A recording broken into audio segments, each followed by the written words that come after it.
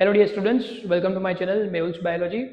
And આપણી જે series છે વન શોર્ટ વિડીયોઝ, એમાં આજે આપણે એક નવું ચેપ્ટરની શરૂઆત કરી રહ્યા છે. જે પ્રમાણે તમને દેખાય છે બોર્ડ ઉપર કે chapter 1 sexual reproduction in flowering plants, એટલે કે સપુષ્પ વનસ્પતિમાં લિંગી પ્રજનન, જે ફર્સ્ટ ચેપ્ટર છે એની આપણે આજે શરૂઆત કરી રહ્યા છે. ઓકે, સો એમાં જે વન શોર્ટ વિડીયો છે એની અંદર તમારું આખું ચેપ્ટર જે છે એને નીટ લેવલે હું ક્લિયર કરીશ, પ્લસ બોર્ડ લેવલે ક્લિયર કરીશું આપણે, પ્લસ એને લગતા બધા એમસીક્યુઝ બી આપણે જોઈ લઈશું. ઓકે, સો વિધાઉટ વેસ્ટિંગ ટાઈમ સીધું આપણે ચેપ્ટરની શરૂઆત કરીએ. તો let's start the chapter. Okay, તો ચેપ્ટરમાં બેટા સૌથી પહેલું તો આપણને શું દેખાશે? સૌથી પહેલું આપણને ઇન્ફોર્મેશન આપવી પડે કે ભાઈ લાક્ષણિક પુષ્પ, જે તમે 11th સ્ટાન્ડર્ડમાં ક્યાંક ને ક્યાંક લર્ન કરી જ ગયા છો. ઓકે, તો જે લાક્ષણિક પુષ્પ છે એમાં વધારે કંઈ ડિટેલિંગ ન લેતા 11th સ્ટાન્ડર્ડમાં આપણે ક્યાંક ને ક્યાંક ભણી જ ગયા છે. તો અહીંયા આપણે એક રિવિઝનના પાર્ટ પૂરતું લઈ લઈએ આપણે કે લાક્ષણિક પુષ્પ છે તો શરૂઆતનો જે ભાગ હોય, નીચેનો ભાગ જે છે, અહીંયા આપણને કઈ ખ્યાલ આવે આપણને કે શરૂઆતનો ભાગ જે છે ત્યાં પુષ્પદંડ આવેલું હોય. પુષ્પદંડના ટોચના ભાગે આવેલું હોય છે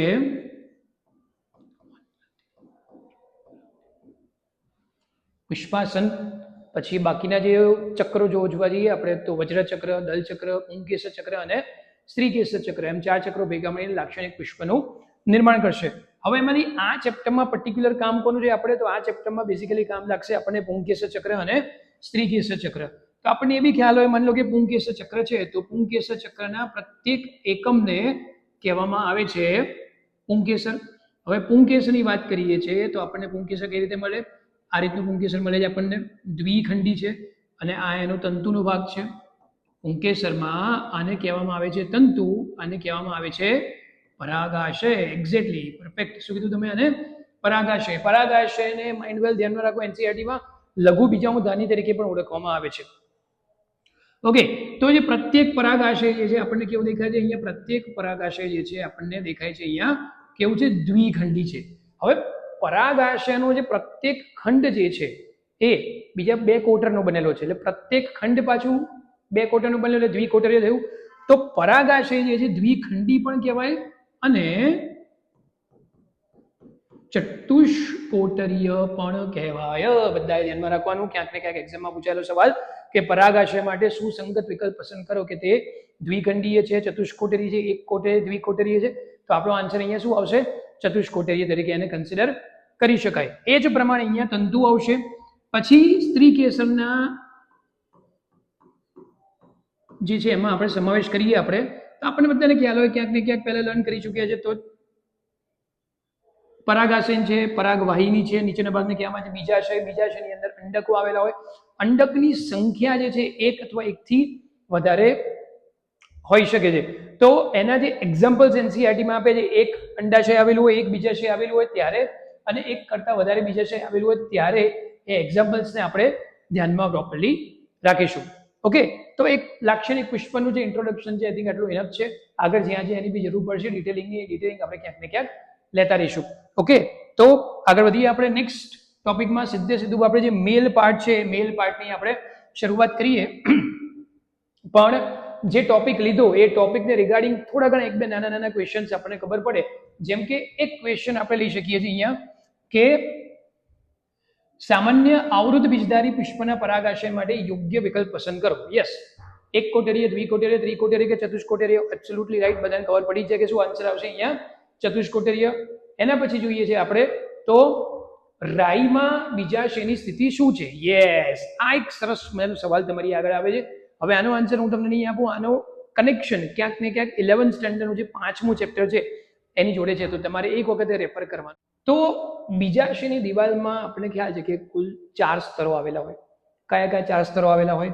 તો કે સૌથી પહેલું આવશે અધિસ્તર, બીજા નંબરનું આવશે સ્ફોટી સ્તર, ત્રીજા નંબર પર આવશે 1 થી વધારે સ્તરોનું બનેલું હોય તે મધ્ય સ્તર, અને ચોથા નંબર પર આવશે પોષક સ્તર. ઓકે, જ્યાં પણ હું અગત્યનું મને કંઈક લાગે કે ભાઈ બોર્ડમાં પૂછાવાની કે નીટમાં પૂછાવાની શક્યતાઓ વધારે છે, ત્યાં હું એક સિમ્બોલ કરીશ. તો ધ્યાનમાં રાખવાનું લેક્ચર દરમિયાન કે ક્યાંય બી હું આ શું કહેવાય આ સિમ્બોલને, સોશિયલ મીડિયાના જમાનામાં આ સિમ્બોલ બહુ ફેમસ છે, તો આને કહેવામાં આવે છે હેશટેગ. યસ, તો જ્યાં હેશટેગ આપણે કરીશું એ સમજી લેવાનું કે ભાઈ તમારે ક્યાંક એ પોર્શન પર વધારે ધ્યાન રાખવાનું છે. બોર્ડમાં ક્યાંક ને ક્યાંક કંઈક ને કંઈક વધારે પૂછાયેલો સવાલ હશે. તો 4 લેયર છે, તો 4 લેયરનું શું ઇમ્પોર્ટન્સ છે? તો સૌથી પહેલા જે રક્ષણ કરવાનું કાર્ય અને સ્ફોટન કરવાનું કાર્ય, એનસીઈઆરટીમાં એક વાક્ય લખેલું છે કે રક્ષણ પ્લસ સ્ફોટનના કાર્ય સાથે સંકળાયેલા જે સ્તરો જે છે એ કયા આવશે? અધિસ્તર, સ્ફોટી સ્તર અને મધ્ય સ્તર. એ યાદ રાખી લઈએ આપણે. બીજું, અધિસ્તર માની લો કે આપણને ખબર પડે કે આટલે સુધી છે, એક સ્તરીય સ્તર છે, અહીંયાથી તમે જોઈ શકો છો તે પ્રમાણે, બરાબર છે. એના પછી સ્ફોટી સ્તરને તમે આ કન્સિડર કરો. નેક્સ્ટ આ કન્સિડર કરીએ આપણે. હવે સ્ફોટી સ્તરની વાત કરીએ આપણે, તો જે સ્ફોટી સ્તર છે એના માટે કમ્પલસરી હું જે કહું છું તમારે યાદ રાખવાનું. એક તો બીજું નામ એનું બધાને ખ્યાલ હોય, સ્ફોટી સ્તરનું બીજું નામ છે તંતુમય સ્તર. ત્રીજું અને ઇંગ્લિશમાં કહેવામાં આવે છે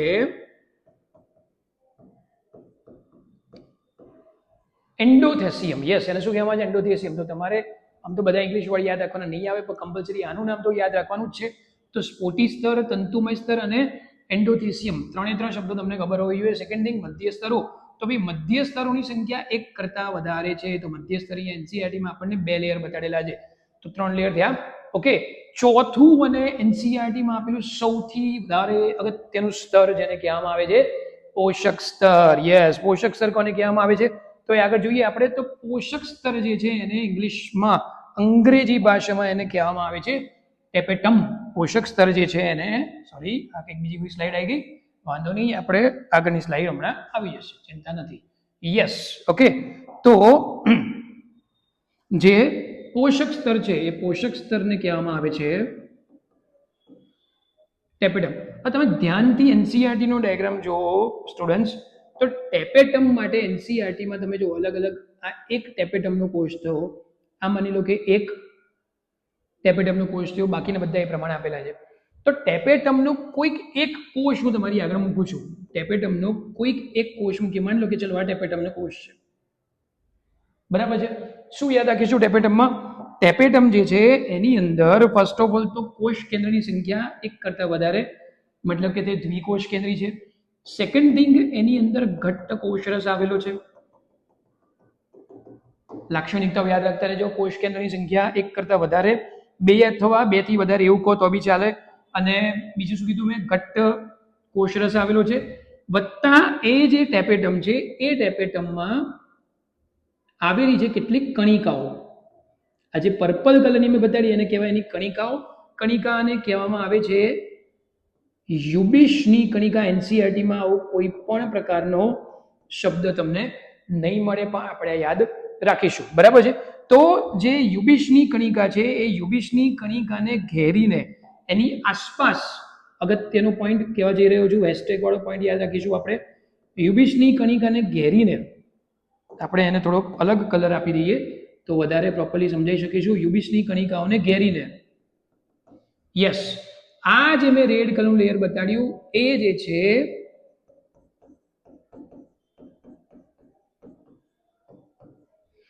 યસ, આપણને ખ્યાલ હોય કે પરાગરજનું જે બહારનું આવરણ છે તે સ્પોરોપોલિનનું બનેલું છે. તો સ્પોરોપોલિન અહીંથી આવશે. ઓકે, તો ટેપેટમની આ એક અગત્યતા થઈ. સેકન્ડ થિંગ, જે ટેપેટમ છે એ દ્વિકોષ કેન્દ્રી છે. એનસીઈઆરટીમાં એક જગ્યાએ એક સવાલ પૂછેલો હોય કે શા માટે ટેપેટમ છે જે દ્વિકોષ કેન્દ્રી હોઈ શકે છે? તો એનું સિમ્પલ રીઝન છે કે ભાઈ જો કોષ કેન્દ્ર વધારે તો ડીએનએ નો કન્ટેન્ટ એનામાં એટલો વધારે આવશે, તો જે મેટાબોલિક એક્ટિવિટી એને કરવાની જે ચાયા પછી પ્રવૃત્તિઓ જે છે એ વધારે સારી રીતે થઈ શકશે. સેકન્ડ થિંગ, ટેપેટમ શું કરે છે? પોષક સ્તર અહીંયા છે, તો એની અંદરની બાજુ આવેલો આટલો જે વિસ્તાર છે, આ આટલા વિસ્તારને કહેવામાં આવે છે બીજાણુજનક પેશી. તો એ બીજાણુજનક પેશીમાંથી ભવિષ્યમાં લઘુ બીજાણુ એટલે કે પરાગરજનું નિર્માણ થવાનું છે. તો એ પરાગરજનું જે નિર્માણ થશે એ પરાગરજને પોષણ આપવાનું કાર્ય જે સ્તર કરે છે એને કહેવામાં આવે છે પોષક સ્તર. તો ટેપેટમના કાર્યો કેટલા બધા થયા? એક તો વિકસતી પરાગરજને પોષણ આપવાનું કામ કરે છે. સેકન્ડ થિંગ, એની અંદર શું આવેલું છે? સ્પોરોપોલિનિન નામનો ઘટક મેં તમને કીધું ત્યાં આવેલો છે. ત્રીજી ઇમ્પોર્ટન્ટ બાબત એવી આવશે પોષક સ્તરમાં કે જે પોષક સ્તર છે એ પોષક સ્તર એક ચોક્કસ પ્રકારના ઉત્સેચકનું પણ નિર્માણ કરે છે, અને એ ઉત્સેચકનું નામ છે કેલેઝ. એ ઉત્સેચકનું નામ શું આપવામાં આવે છે? કેલેઝ તરીકે એને ઓળખવામાં આવે છે. તો આટલું એક પોષક સ્તરનું આપણે ઇમ્પોર્ટન્ટ ટેપેટમ જે છે આપણે યાદ રાખીશું.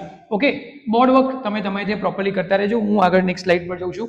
ઓકે, તો જે તમને 4 પોઈન્ટ કીધા તેમાંથી પહેલો પોઈન્ટ અહીંયા ક્લિયર થયો, પરાગાશયની દિવાલ. નેક્સ્ટ જે પોઈન્ટ આવશે એ પોઈન્ટ કયો આવશે? આપણે આવશે લઘુ બીજાણુ જનન, મતલબ કે લઘુ બીજાણુ નિર્માણ કેવી રીતે થાય છે, પરાગરજનું નિર્માણ કેવી રીતે થાય છે તે. હવે ધ્યાન રાખો, તમે પ્રીવિયસ ફિગરમાં અહીંયા જે જોયું એને કહેવામાં આવે છે બીજાણુજનક પેશી. આટલો જે વિસ્તાર થયો અહીંથી અહીંયા ટેપેટમની અંદરની બાજુનો આ જે વિસ્તાર થયો એને કહેવાય બીજાણુજનક પેશી. તો બીજાણુજનક પેશીના બધા જ પ્રત્યેક કોષ જે છે અહીંયા લઘુ બીજાણુનું નિર્માણ કરવાની ક્ષમતા ધરાવે છે. ઓકે, તો એ દરેક કોષ કે જે લઘુ બીજાણુનું નિર્માણ કરવાની ક્ષમતા ધરાવે છે, દરેક કોષને કહેવામાં આવે છે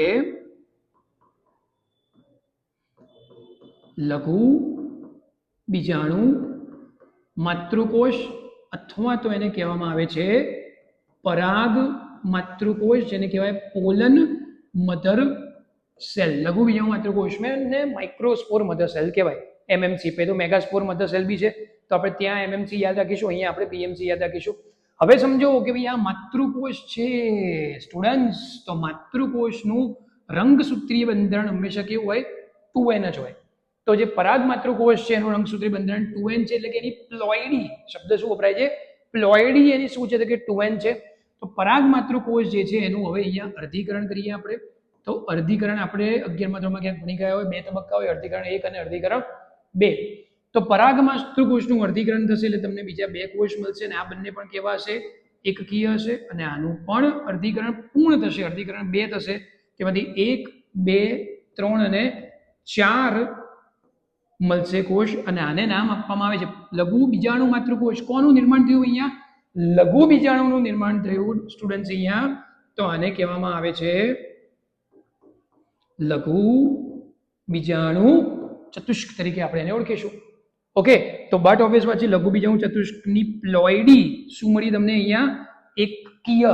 બરાબર છે, દ્વિકીય લઘુ બીજાણુ માતૃકોષ છે, અને એની પ્લોઇડી જે મળે છે એ પ્લોઇડી તમને કેવી મળે છે? તે એકકીય મળે છે. બરાબર છે. તો એનસીઈઆરટી ને આ પ્રમાણે આપણે ફોલો કરીએ તો આપણને ખ્યાલ આવે કે આ પ્રમાણે પરિસ્થિતિ છે. ડન છે. તો લઘુ બીજાણુ જનન આપણને ખબર પડી ગઈ, એકકીય કોષ એ પણ ખબર પડી ગઈ. નેક્સ્ટ સ્લાઇડ તરફ આપણે આગળ વધીએ છીએ. હવે જો પરાગાશયની દિવાલ આપણને આવડી ગઈ, લઘુ બીજાણુ જનન આપણને ખબર પડી ગઈ, એના ઉપરથી લઘુ બીજાણુનું નિર્માણ કર્યું આપણે. તો લઘુ બીજાણુ એટલે શું? તો કે પરાગરજ. ઓકે, તો પરાગરજની રચના થોડી ઘણી આપણે જોઈ લઈએ એનસીઈઆરટી પ્રમાણે. તો પરાગરજની રચનામાં શું આવશે?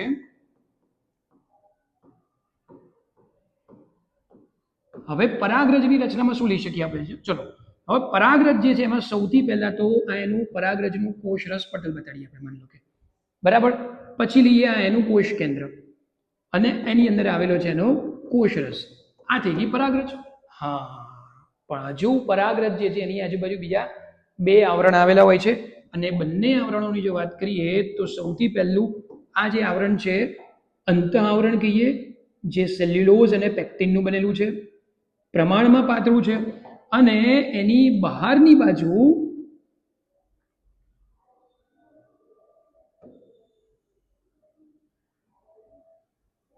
યસ, આને કહીશું આપણે એક્ઝાઇન, એટલે કે બાહ્ય આવરણ કહેવાય. અને પછી આને કહેવાય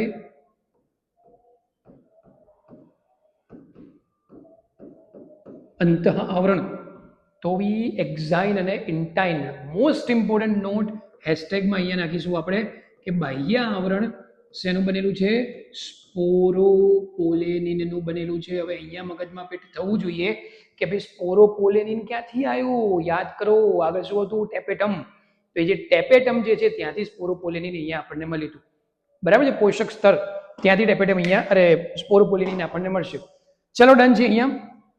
તો આ પરાગરજની રચના આપણને ટેન્ટેટિવલી ખબર પડી ગઈ. પરાગરજની રચના પછી એનસીઈઆરટી તમે જોશો તો પરાગરજની અગત્યતા ખાદ્ય હોય છે, પછી ક્યાંક ને ક્યાંક કોઈક રોગ માટે જવાબદાર છે, બ્રોન્કાઇટિસ માટે, અસ્થમા માટે જવાબદાર છે. ઘઉંની સાથે બી કેટલીક ગાજર ઘાસ તરીકેની અશુદ્ધિઓ આવી ગઈ હતી, અને એના કારણે અલગ અલગ પ્રકારના રોગ થતા હોય છે.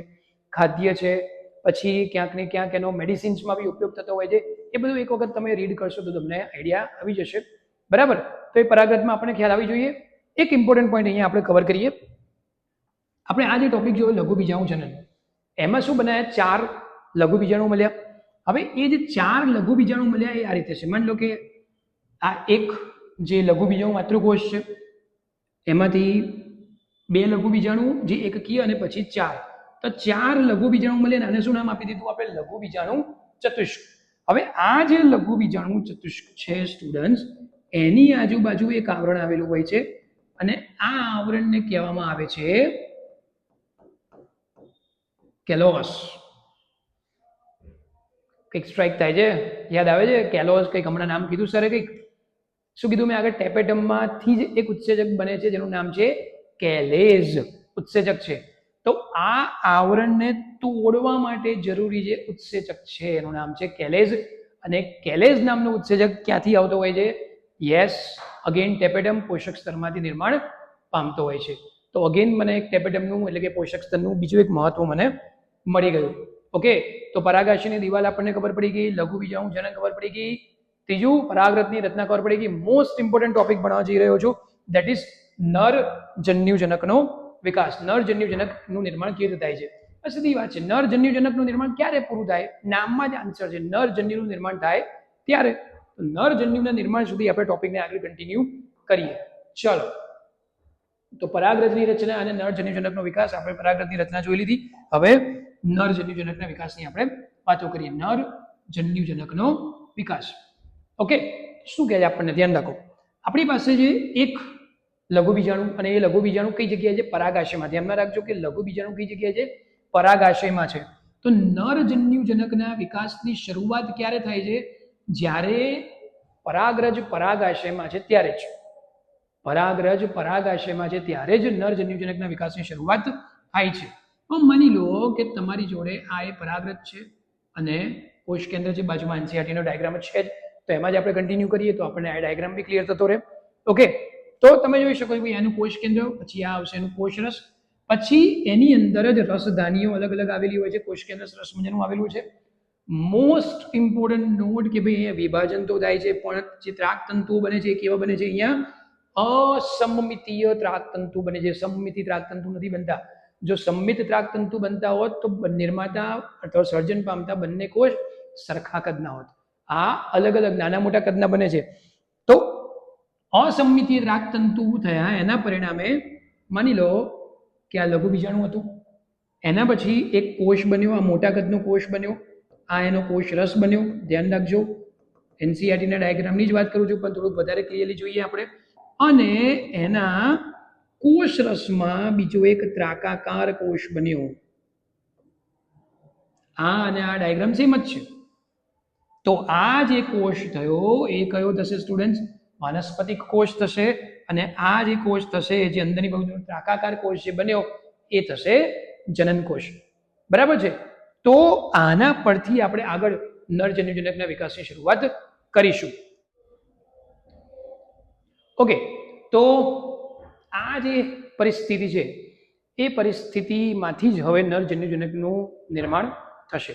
તો ધ્યાને રાખીશું કે આ પરિસ્થિતિમાં જ્યારે પરાગાશય હોય ને, એ જ પરિસ્થિતિમાં પરાગાશયનું સ્ફોટન થાય. તમે સમજો કે પરાગનયન કોને કહેવામાં આવે છે? માની લો કે આ પરાગાશય લીધું આપણે અને પછી આપણે આ સ્ત્રીકેશય લીધું. તો પરાગાશયમાંથી જે પરાગરજ અહીંથી અહીંયા જશે એ પ્રક્રિયા આપણે પરાગનયન કહીએ આપણે.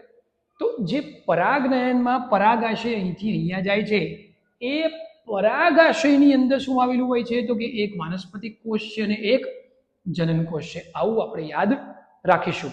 ઓકે, હવે શું કહે છે આપણને? ધ્યાન રાખીશું. હવે નેક્સ્ટ એવું થશે કે નર જન્યુજનકના વિકાસની જે પ્રક્રિયા છે એમાં જ આપણે આગળ વધીએ છીએ કે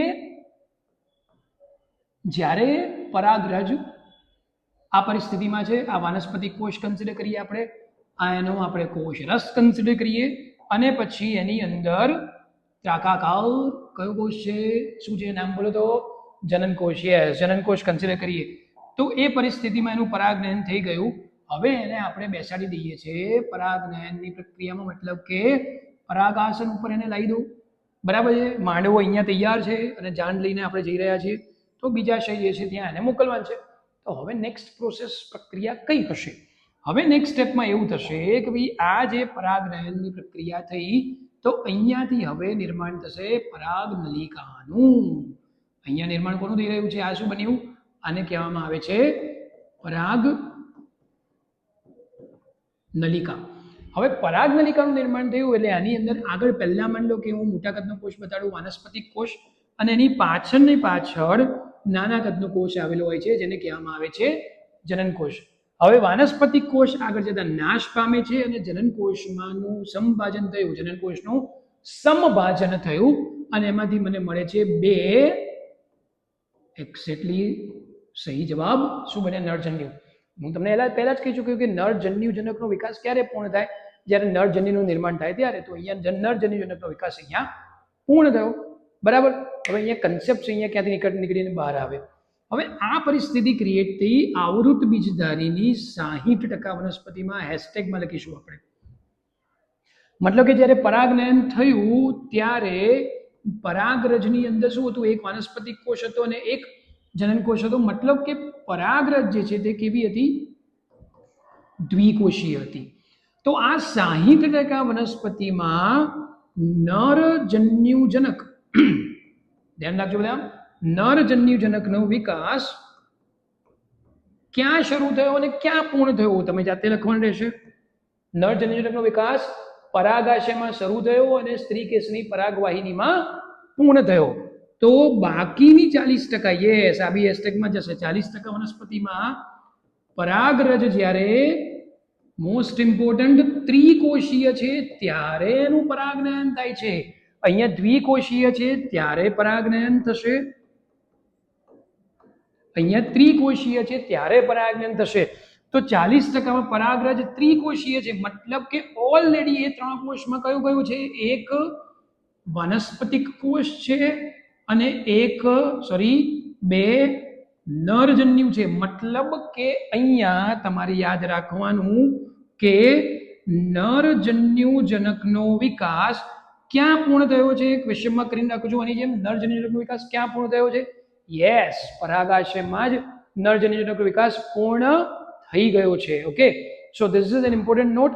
તો નરજન્યુજનકનો વિકાસ આપણે 2 નરજન્યુ બનાવી દીધા છે. જ્યારે હમણાં બેવડા ફલનની વાત કરશું, ફલનની પ્રક્રિયાની વાત કરીશું, ત્યારે આ જે 2 નરજન્યુઓ છે આપણે એને ફરીથી ઉપયોગમાં લઈશું. ત્યાં સુધીમાં માદા જન્યુજનકમાં જે અંડકોષનું નિર્માણ કેવી રીતે થાય છે એ પ્રક્રિયા આપણે આગળ જોઈએ.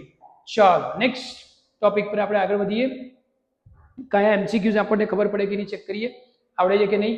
બરાબર છે. ચાલો, સ્પોરોપોલિનિંગ ક્યાં જોવા મળે છે? યસ, ચલો બોલો આન્સર. શું આવશે? સ્પોરોપોલિનિંગ કઈ જગ્યાએ જોવા મળશે? બધાને ખ્યાલ આવી ગયો હવે તો. આપણે ભણ્યા પ્રમાણે શું આવશે? સ્પોરોપોલિનિંગ બાહ્ય વર્ણમાં જોવા મળે છે. ચલો નેક્સ્ટ, એના પછી પરાગાશયનું પોષક સ્તર. ઇંગ્લિશમાં નામ યાદ રાખવું પડે એટલા માટે સવાલ ઇન્ક્લુડ કરેલો છે. કયું આવશે? ટેપેટમ. એના પછી આપણે જોઈએ છીએ તો સૌથી રેઝિસ્ટન્ટ બાયોલોજિકલ પોલિમર. યસ, એનસીઆરટીનું એક વાક્ય છે કે સ્પોરોપોલિનિનની હાજરીના કારણે પરાગરજ જે છે તે અશ્મિની માફક જળવાઈ રહે છે. બરાબર છે. તો ઓબ્વિયસલી અહીંયા આન્સર શું આવશે? સ્પોરોપોલિનિન. નેક્સ્ટ આપણે આગળ જોઈશું શું board questions. Let us check, તમને ખબર પડે છે કે નહીં. આ બધા ક્યાંક ને ક્યાંક બોર્ડમાં પૂછેલા સવાલ છે. લઘુ બીજાણુ જનન આવડે? યસ, લઘુ બીજાણુ માત્ર કોષમાંથી લઘુ બીજાણુનું નિર્માણ કર્યું આપણે. લઘુ બીજાણુધાની એટલે પરાગરજની રચના, એ બી વાત કરી. અંતઃ આવરણ, બાહ્ય આવરણ, સ્પોરોપોલિનિન, ટેપેટમના 2 કાર્યો. મોસ્ટ ઇમ્પોર્ટન્ટ ક્વેશ્ચન મારા પોઈન્ટ ઓફ વ્યૂથી. ટેપેટમના 2 કાર્યો. સ્પોરોપોલિનિનની વાત થઈ ગઈ, એમાં ટેપેટમના કાર્યોમાં બીજી કઈ વાત કરવી પડે તમારે? અહીંયા કેલોઝની વાત કરવી પડે. એનસીઆરટી નથી એટલે ના લખો તો ચાલે, બાકી આવશે. અને બીજું વિકસતા પરાગરજને પોષણ આપવાનું કાર્ય કરે છે. Okay, so that is about tapetum એટલે કે પોષક સ્તર. ઓકે, ચલો. સો નેક્સ્ટ પાર્ટ તરફ આપણે આગળ વધીએ. શું છે? અંડકની રચના અને મહાબીજાણુધાની. તો આપણે અંડકની રચનાથી કામ ચાલુ કરીએ. તો સ્ત્રીકેસરના બેઝિક ઇન્ટ્રોડક્શન આપણને ખબર હોય કે ભાઈ પરાગાસન છે, પરાગવાહિની છે, બીજાશયમાં અંડકની સંખ્યા 1 હોય તો 1 કરતાં વધારે હોય. એને એક્ઝામ્પલ્સ એનસીઆરટીમાં આપ્યા છે, ખાસ કરીને જોઈ લેવાના. હવે આ ડાયાગ્રામને આપણે થોડુંક સ્ટડી કરીએ અને એક્ઝામમાં કઈ રીતે પૂછી શકીએ એની વાત કરીએ આપણે. તો આ સ્ત્રીકેસર અને આ સ્ત્રીકેસરમાં ફરક શું છે? તો કે ભાઈ આ જે સ્ત્રીકેસર જે છે તે આ જે સ્ત્રીકેસર જે છે તે યુક્ત સ્ત્રીકેસર છે, જોડાયેલું છે યુક્ત બહુ સ્ત્રીકેસર ચક્ર. અને આ જે છે તે મુક્ત બહુ સ્ત્રીકેસર ચક્ર છે. એનસીઆરટીમાં ડાયાગ્રામ નીચે અને એક્ઝામ્પલ્સ બી આપેલા છે, આપણે યાદ રાખીશું. આનું જે એક્ઝામ્પલ છે આપેલું છે અપીર છે, ધેટ ઇઝ પેપેવર. અને આમાં મુક્તમાં આપણને એક્ઝામ્પલ આપ્યું છે ચંપા. ઓકે, તો એક્ઝામ્પલ છે આપણે પ્રોપરલી, હું પહેલા બી કહી ચૂક્યો છું, એક્ઝામ્પલ પ્રોપરલી યાદ રાખવાના. ડન છે. તો આપણે નેક્સ્ટ ટોપિકની શરૂઆત કરીએ, એટલે કે અંડકની રચના. તો જે અંડકની રચના જે છે એમાં એનસીઈઆરટી નો સરસ મજાનો ડાયાગ્રામ છે, પણ સ્ટીલ આપણે થોડું અલગ પોઈન્ટ ઓફ વ્યૂથી જોઈએ છે અને ડાયાગ્રામ આપણે ડ્રો કરીએ તો કઈ રીતનો થઈ શકે જોઈએ આપણે. ચલો થોડીક સ્લાઇડ્સ હું અહીં ડિલીટ કરી નાખું જેથી કરીને આગળ જતા ડિલીટ કરવી ના પડે. ચલો ડન છે. ઓકે તો ભલે અહીંયા લઘુ બીજાનું જનરલ લખ્યું છે મેં. આપણે અહીંયા ટોપિક કયો લેવાનો છે? અહીંયા ટોપિક આપણે લઈએ છીએ અંડકની રચના. ઓકે, કાં તો પછી આપણે જે આપણી ઓરિજિનલ સ્લાઇડ હતી ત્યાં જતા રહીએ, વાંધો નહીં આવે. બરાબર છે. ચલો, અંડકની રચના.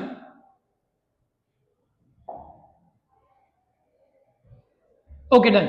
તો ઠીક છે, એનસીઈઆરટી ડાયાગ્રામને તો આપણે લેબલિંગ માટે ઉપયોગમાં લઈશું, પણ ટોપિકને સમજવા માટે આપણે જોઈએ છે.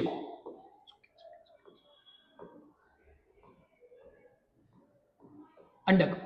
હવે સ્ત્રી કેસર ડાયાગ્રામ બધાને ખબર પડી જાય, આરામથી ખબર પડે. હવે ધ્યાનથી સમજો. ચલો, સ્ત્રી કેસરમાં માની લો કે મારે એની દિવાલ કન્સિડર કરી છે સ્ત્રી કેસરની, તો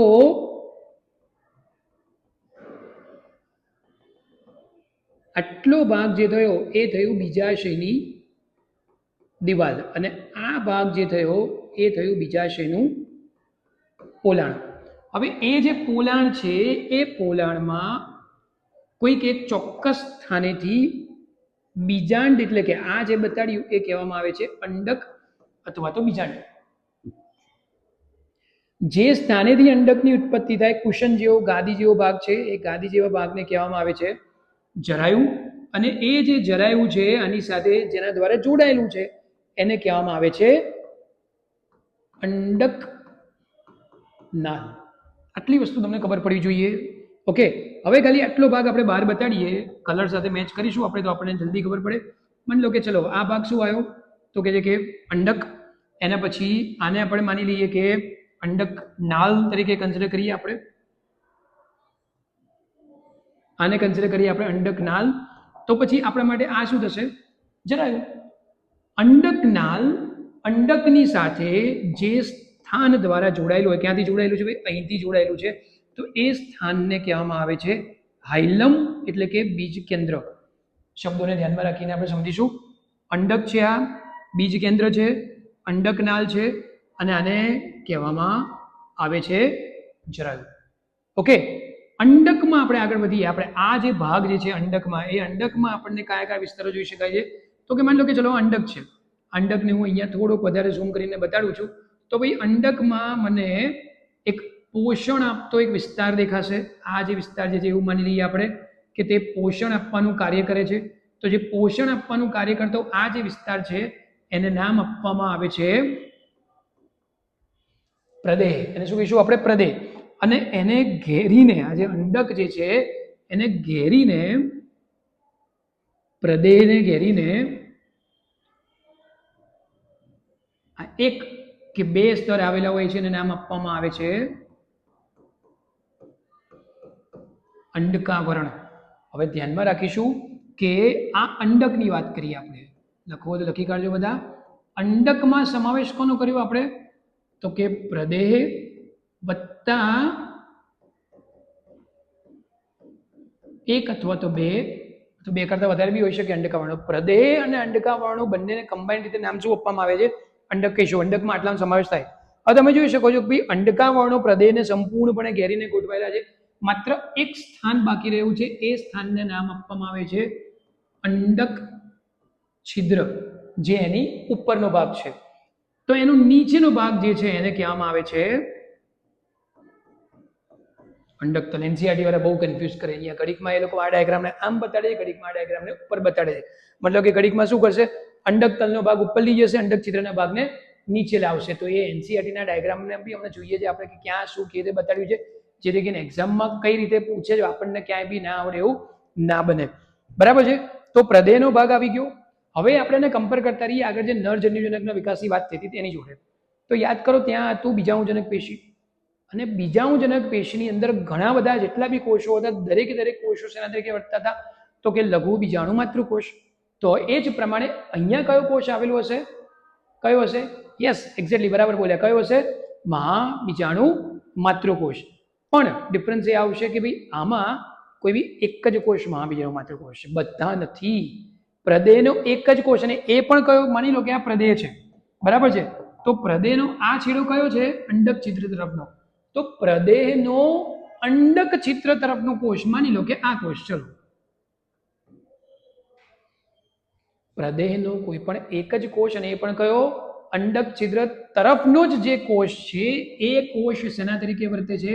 તો જવાબ આવશે મેગાસ્પોર મધર સેલ, એટલે કે મહાબીજાણુ માતૃકોષ મેગાસ્પોર મધર સેલ તરીકે તે વર્તે છે. એક જ કોષ. પેલામાં એક કરતા વધારે નહીં, બધા જેટલા હતા મોટા ભાગના બધા જ કોષો લઘુ બીજાણુ માતૃકોષ તરીકે વર્તતા હતા. અહીંયા એક જ વર્તે છે. પ્રક્રિયા તો સેમ થશે. મહાબીજાણુ માતૃકોષનું શું થશે? અર્ધીકરણ. આપણે અહીંયા બતાડીએ, માની લો કે ચલો એક મહાબીજાણુ માતૃકોષ અર્ધીકરણ થયું, એકમાંથી બે. મહાબીજાણુ માતૃકોષનું પ્લોઇડી શું હશે? 2n. તો આ અર્ધીકરણ 1, અને પછી શું આવશે? અર્ધીકરણ 2 ના અંતે 1, 2, 3 અને 4. આ ચારે ચાર કેવા છે? n. અને ચાર ચાર શું છે? મહાબીજાણુઓ. શું બનશે? મહાબીજાણુ. તો આપણે 4 બતાવી દઈએ. 1, 2, 3 અને 4. એનસીઆરટી નો ડાયાગ્રામ પણ અહીંયા જોઈએ છે, ચિંતા ના કરો. તો આને નામ આપીશું આપણે. ત્યાં શું નામ હતું? યાદ કરો.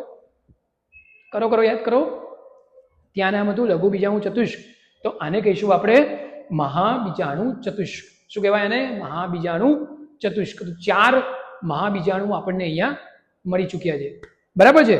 હવે બીજો એક ડિફરન્સ આવશે કે ત્યાં 4 લઘુ બીજાણુ મળતા હતા, ચારે 4 લઘુ બીજાણુ જે છે તે પરાગરજમાં રૂપાંતરિત થતા હતા, બરાબર.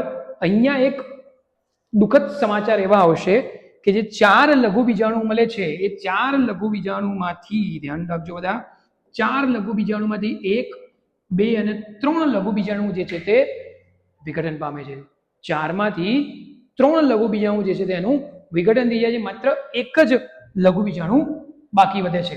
ઓકે, તો એને આપણે જોઈએ નેક્સ્ટ કઈ રીતે આપણે સમજી શકાય તે. ઓકે, યસ, એનસીઆરટી નો ડાયાગ્રામ પણ સમજવો ખૂબ જરૂરી છે. મેં તમને કીધું એ પ્રમાણે ખૂબ અગત્યનો ડાયાગ્રામ. અહીંયા ક્યાં ક્યાં કન્ફ્યુઝ થઈ શકો છો બધું હું તમને સમજાવું છું. સૌથી પહેલા તો જે ડાયાગ્રામ ડ્રો કર્યો તો આ અંડક મતલબ કે પ્રદેહ, અને આ અંડકાવર્ણ. તો એ પ્રમાણે આ અંડક છિદ્રીય છેડો અને આ અંડક તલીય બીજાંડ તલીય છેડો. તો આ એક કયો આવ્યો? મહાબીજાણુ માતૃકોષ. લેબલિંગ જે ખબર પડે એ સમજદારી. એની આજુબાજુ શું આવેલું છે? પ્રદેહ. મેં તમને એ જ સમજાવ્યું. અહીંયા પ્રદેહનો કોઈક એક કોષ છે, તો આજુબાજુ પ્રદેહ જ આવેલું હોય. ચલો ડન. પછી એકમાંથી કેટલા કોષ બન્યા? 1 અને 2 કોષ બન્યા. 2 માંથી કેટલા બન્યા? 1, 2, 3 અને 4. એને કીધું આપણે મહાબીજાણુ ચતુષ્ક, અંડક છિદ્રીય છેડો. હવે મહાબીજાણુ ચતુષ્ક એટલે 4 મહાબીજાણુ મળ્યા, એમાંથી 1, 2 અને 3 નું વિઘટન થયું. કેટલા મહાબીજાણુ બાકી રહ્યા? 1 મહાબીજાણુ બાકી રહ્યો. તો 1 મહાબીજાણુમાંથી નેક્સ્ટ ટોપિક, યસ, કયો આવશે?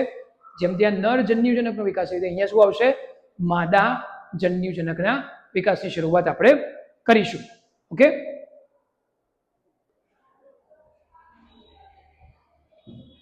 ઓકે.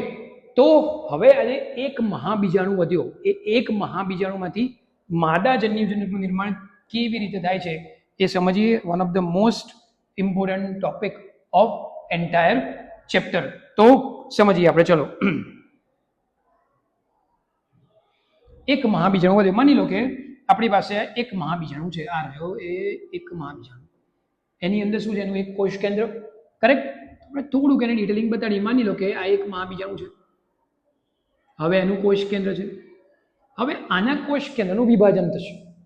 મહાબીજાણુના કોષ કેન્દ્રનું શું થશે? બોલો તો. વિભાજન થશે. તો એકમાંથી કેટલા કોષ કેન્દ્રો બન્યા? 2. પણ ખાસ હેશટેગમાં નોટ કરીશું આપણે કે આ જે વિભાજન હશે તે મુક્ત કોષ કેન્દ્રીય વિભાજન હશે. સ્ટુડન્ટ્સ, મુક્ત કોષ કેન્દ્રીય વિભાજન કોને કહેવાય? કે જેમાં માત્ર કોષ કેન્દ્રનું જ વિભાજન થાય છે, કોષ રસનું વિભાજન થતું નથી. કોષ કેન્દ્રને અનુસરીને કોષ રસનું વિભાજન થતું નથી. તો અત્યારે તમારી જોડે એકમાંથી કેટલા કોષ કેન્દ્રો છે? 2. આ પોતે જ શું છે? મહાબીજાણુ છે. એની અંદર કેટલા કોષ કેન્દ્રો છે? 2. ફરીથી એનું વિભાજન થશે. બાય ધ વે, આ જે વિભાજન થયું એ કયા પ્રકારનું વિભાજન થયું? સમભાજન થયું. ફરીથી સમભાજન થતા, અચ્છા, આ બંને જે કોષ કેન્દ્રો બન્યા એ બંને કોષ કેન્દ્રો ક્યાં જશે? પોતપોતાના ધ્રુવ તરફ ગતિ કરશે. એક અહીંયા જશે, એક અહીંયા જશે. તો ફાઇનલી 2 માંથી કેટલા બનશે? ફરીથી સંભાજન થશે એટલે 2 માંથી 4, અને ફાઇનલી 4 માંથી કેટલા થયા ગણો તો 1 2 3 4 5 6 7 અને 8 કોષ કેન્દ્રો બનશે. તો આ 8 કોષ કેન્દ્રને ગોઠવીએ ચલો આપણે. ઓકે, તો 8 કોષ કેન્દ્રો ક્યાં ગોઠવાયા? એક કોષ કેન્દ્ર, હું કોષ કેન્દ્ર બોલું છું કે કોષ બોલું છું ધ્યાનમાં રાખતા રહેજો. બીજું કોષ કેન્દ્ર, ત્રીજું કોષ કેન્દ્ર, ચોથું કોષ કેન્દ્ર, પાંચમું કોષ કેન્દ્ર, છઠ્ઠું કોષ કેન્દ્ર, સાતમું કોષ કેન્દ્ર અને આઠમું કોષ કેન્દ્ર. મતલબ કે મુક્ત કોષ કેન્દ્ર વિભાજન હતું. હવે આ જે કોષ કેન્દ્ર છે એની આજુબાજુ કોષરસ ભેગો થશે. એટલે હવે કોષ કેન્દ્રને બદલે નામ આપીશું આપણે કોષ. તો પહેલા આપણે આજુબાજુ કોષ દિવાલ બનાવી દઈએ એની. ઓકે,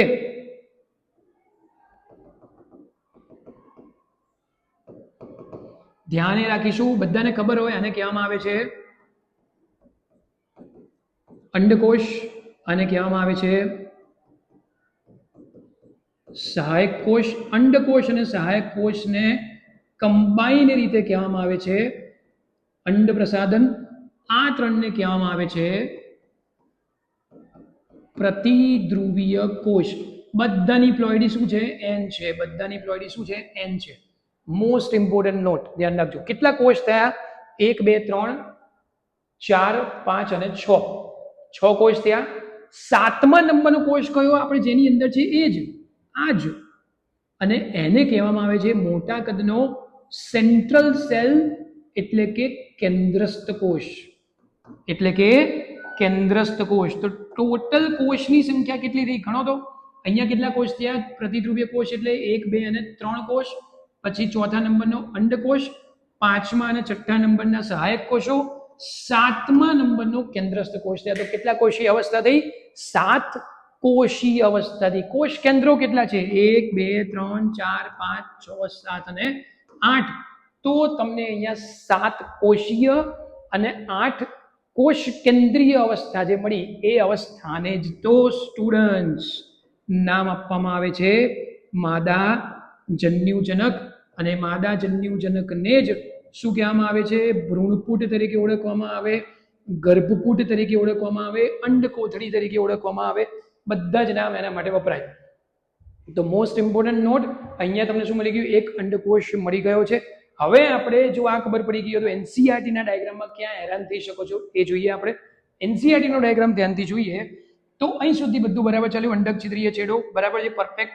હવે અહીંયા જુઓ, એને પ્રતિધ્રુવીય કોષ અહીંયા બતાડ્યા, સહાયક કોષ અને અંડકોષ અહીંયા બતાડ્યા. તો ત્યાં સુધી પ્રતિધ્રુવીય કોષ અને અંડક છિદ્રીય છેડો, મતલબ કે આ રચના કઈ બાજુ આવેલી છે? અંડક છિદ્રીય છેડો. મેં જે ડાયાગ્રામ ડ્રો કર્યો તો એના પ્રમાણે જોઈએ તો આ પ્રમાણે થયું, આ થયું.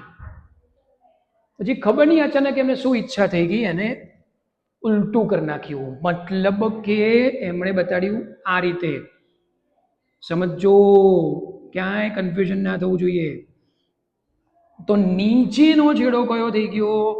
અંડક છિદ્રીય છેડો થઈ ગયો. ઉપરનો છેડો કયો થઈ ગયો? અંડક તલ. તલ છે, તલ પ્રદેશ છે. ભલે ને નામ થોડી બદલાય, બરાબર છે. આ તળિયું જ છે પણ એને ઉપર મોકલી દીધું.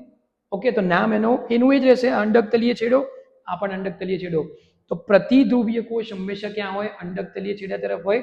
અંડ પ્રસાધન હંમેશા ક્યાં હોય? અંડ છિદ્રીય છેડા તરફ હશે. અને અહીંયા કોનું નિર્માણ થશે? માદા જન્યુજનકનું નિર્માણ પૂર્ણ થશે. ઓકે, તો નેક્સ્ટ ટોપિક આપણે પરાગજ્ઞાન તરફ આપણે આગળ વધીશું.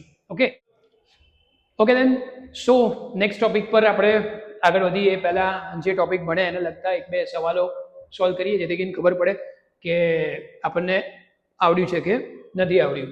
સક્રિય મહાબીજાણુમાંથી શું બને છે? યસ, જોયું આપણે મહાબીજાણુ માત્ર કોષ, એનું અર્ધીકરણ થયું, 4 માટે બન્યા અને એમાંથી 3 નાશ પામે, એક જ બાકી વધ્યો ને એમાંથી માદા જન્યુજનકનું નિર્માણ થાય છે. શું આવશે? સક્રિય મહાબીજાણુમાંથી ભ્રૂણપુટનું નિર્માણ થાય. ભ્રૂણપુટ એટલે જ માદા જન્યુજનકનું નિર્માણ થાય છે. અહીંયા જે ભ્રૂણપુટ બને છે, માદા જન્યુજનક બને છે, એ એક જ મહાબીજાણુમાંથી બને છે. તો એનસીઈઆરટી નો એક સરસ મજાનો શબ્દ કે આ પ્રકારના વિકાસને એક બીજાણુક, લખો હેશટેગમાં લખો, એક બીજાણુક વિકાસ તરીકે એને ઓળખવામાં આવે છે. એક બીજાણુક વિકાસ. ચલો નેક્સ્ટ ક્વેશ્ચન આપણે જોઈએ. માદા જન્યુજનકમાં કેટલા કોષ કેન્દ્ર બને છે? યસ, હમણાં જ વાત થઈ. કેટલા કોષ કેન્દ્રો બને? 8 કોષ કેન્દ્રો બનશે અને કોષની સંખ્યા છે 7. Yes, good. ઓકે, સૌથી સામાન્ય અંડકનો પ્રકાર કયો છે? યસ, એક આ સારો સવાલ છે. સૌથી સામાન્ય અંડકનો પ્રકાર કયો છે? તો આન્સર આવશે અધોમુખી અંડક. આપણે જે અંડકનો પ્રકાર ભણ્યા કે જેમાં બીજાંડ છિદ્રીય છેડો અને બીજાંડ તલીય છેડો અંડક છે, આજુબાજુ પ્રદેહ ગોઠવાયેલા હોય છે, તો એને અધોમુખી અંડક તરીકે ઓળખવામાં આવતો હોય છે. ઓકે, સો નેક્સ્ટ ટોપિક પર ઝડપથી આગળ વધીએ. ટોપિકનું નામ છે પરાગનયન. પરાગનયન છે સ્ટુડન્ટ્સ, બિલકુલ સિમ્પલ ટોપિક છે. અગર એને ઇન ડિટેલ ભણવો હોય તો લગભગ પોણો કલાકથી 1 કલાકનો સેપરેટ વિડીયો બની શકે, જેની અંદર એના એક્ઝામ્પલ્સ, પાણી દ્વારા પરાગનયન, પવન દ્વારા પરાગનયન ઇન ડિટેલ આપણે ભણી શકીએ છીએ. કરેક્ટ? તો એ બધા નોન કન્સેપ્ચ્યુઅલ છે, એટલા બધા એમાં કન્સેપ્ટ છે નહીં. એક્ઝામ્પલ ખાસ પૂછાતા હોય છે. તો અહીંયા પરાગનયન અકોર્ડિંગલી જે કન્સેપ્ચ્યુઅલ પોઈન્ટ્સ છે, જે પરાગનયનના મેઇન પ્રકારો છે, સ્વપરાગનયન છે, ગેઇટેનોગેમી છે, ઝેનોગેમી, એ ડિટેલમાં ભણીશું આપણે. એક સદની વનસ્પતિ કોને કહેવાય, દ્વિસદની વનસ્પતિ કોને કહેવાય, એ બધા પોઈન્ટ હું તમને ડિસ્કસ કરીશું. બરાબર છે? ચલો ડન છે. તો સૌથી પહેલા શરૂઆત કરીએ આપણે. પરાગનયન વ્યાખ્યા બધાને ખબર હોય. પુંકેસરના પરાગાશયમાંથી પરાગરજ સ્ત્રી કેસરના પરાગાસન પર સ્થાપિત થવાની પ્રક્રિયાને શું કહેવામાં આવે છે? પરાગનયન. તો આપણે એક ડાયાગ્રામથી સમજવાનો પ્રયત્ન કરીએ કે માની લો કે ચલો આ એક વનસ્પતિ છે, પ્રકાંડ છે, જમીન છે. હવે માની લો કે આ એક પુષ્પ બતાડ્યું આપણે. ઓકે, આ એક પુષ્પ આવ્યું, પછી પાછું બીજું પુષ્પ આવ્યું. બે જ પુષ્પો હોય એવું જરૂરી નથી, બધાને ખબર પડે. બરાબર છે? હવે આ જે પુષ્પ છે એમાં આપણે એવું માની લઈએ કે આ જે છે સ્ત્રી કેસર છે, બીજા આશય વાળો ભાગ થયો. બરાબર છે? અને એની જોડે બાજુમાં જ આપણે બતાડી દઈએ કે બોલો તો આ શું છે? પુંકેસર છે. ઓકે, સિમ્પલ ડાયાગ્રામથી સમજવાનો પ્રયત્ન કરીએ, આપણને ખબર પડે કે ભાઈ અહીંયા પુષ્પો કેવા છે? દ્વિલિંગી પુષ્પો. પુષ્પા નહીં, હવે પિક્ચરનું નામ નથી થતું. પુષ્પો કેવા પુષ્પો છે? અહીંયા દ્વિલિંગી પુષ્પો છે. બસ તો વ્યાખ્યા સાબિત થઈ ગઈ અહીંયા કે ભાઈ પુંકેસરના પરાગાશય પરથી પરાગરજ સ્ત્રી કેસરના પરાગાસન પર સ્થાપિત થાય. તો આ પ્રકારના પરાગનયનને સ્ટુડન્ટ્સ શું કહેવામાં આવે છે? સ્વપરાગનયન કહેવામાં આવે છે. એટલે કે આને આપણે કહીશું ઓટોગેમી. હવે અહીંયા આપણે હેશટેગમાં એક પોઈન્ટ નોટ કરીશું કે જે ઓટોગેમી છે એ ઓટોગેમી માટે પુષ્પો કેવા હોવા જોઈએ? તો કે ઓટોગેમી માટે અહીંયા દ્વિલિંગી પુષ્પો હોવા જોઈએ. ઓટોગેમી માટે બોલો તો કેવા પુષ્પો હોવા જોઈએ? દ્વિલિંગી પુષ્પો હોવા જોઈએ. ડન છે. ચલો પછી બીજા નંબરનો પરાગનયનનો પ્રકાર લઈએ, જેને કહેવામાં આવે છે ગેઇટેનોગેમી. શું કહીશું? બોલો તો. એને કહેવામાં આવે છે ગેઇટેનોગેમી. તો ગેઇટેનોગેમીનો ડાયાગ્રામ આપણે ડ્રો કરીએ. તો જમીન છે, પછી આપણે લઈએ વનસ્પતિ છે, અને એની પર જોવા મળે છે પુષ્પો. ચલો, કેવા પુષ્પો જોવા મળે છે ભાઈ? બોલો તો. સારા જ છે ને ભાઈ, પુષ્પો સારા જ હોય, પુષ્પો થોડી ના ખરાબ હોય. ઓકે, તો કેવા પુષ્પો છે? જોઈએ કેવા પુષ્પો છે. ઓકે, માની લો કે ભાઈ આ જે પુષ્પ છે એમાં માત્ર શું જોવા મળ્યું? તો કે પુંકેસર જ જોવા મળે છે. મતલબ કે આ પુષ્પ કેવું થયું? બોલો તો. એકલિંગી પુષ્પ થયું. કરેક્ટ? અને અહીંયા પુષ્પ એવું છે.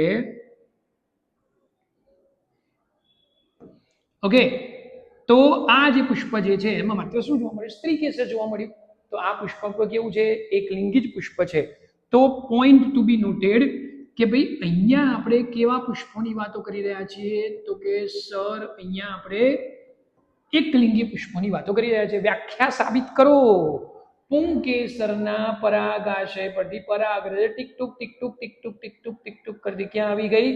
સ્ત્રી કેસરના પરાગાસન પર આવી ગઈ. કરેક્ટ છે? તો આ પ્રક્રિયા જે થઈ એને કહેવામાં પરાગનયન. આ જે પરાગનયન થયું એમાં ડિફરન્સ શું આવ્યો?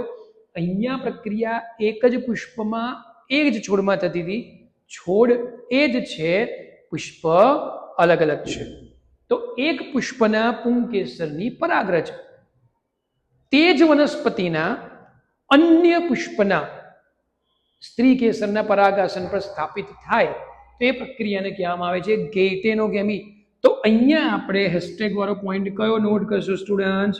ગેઇટેનોગેમી ક્યાં જોવા મળે છે?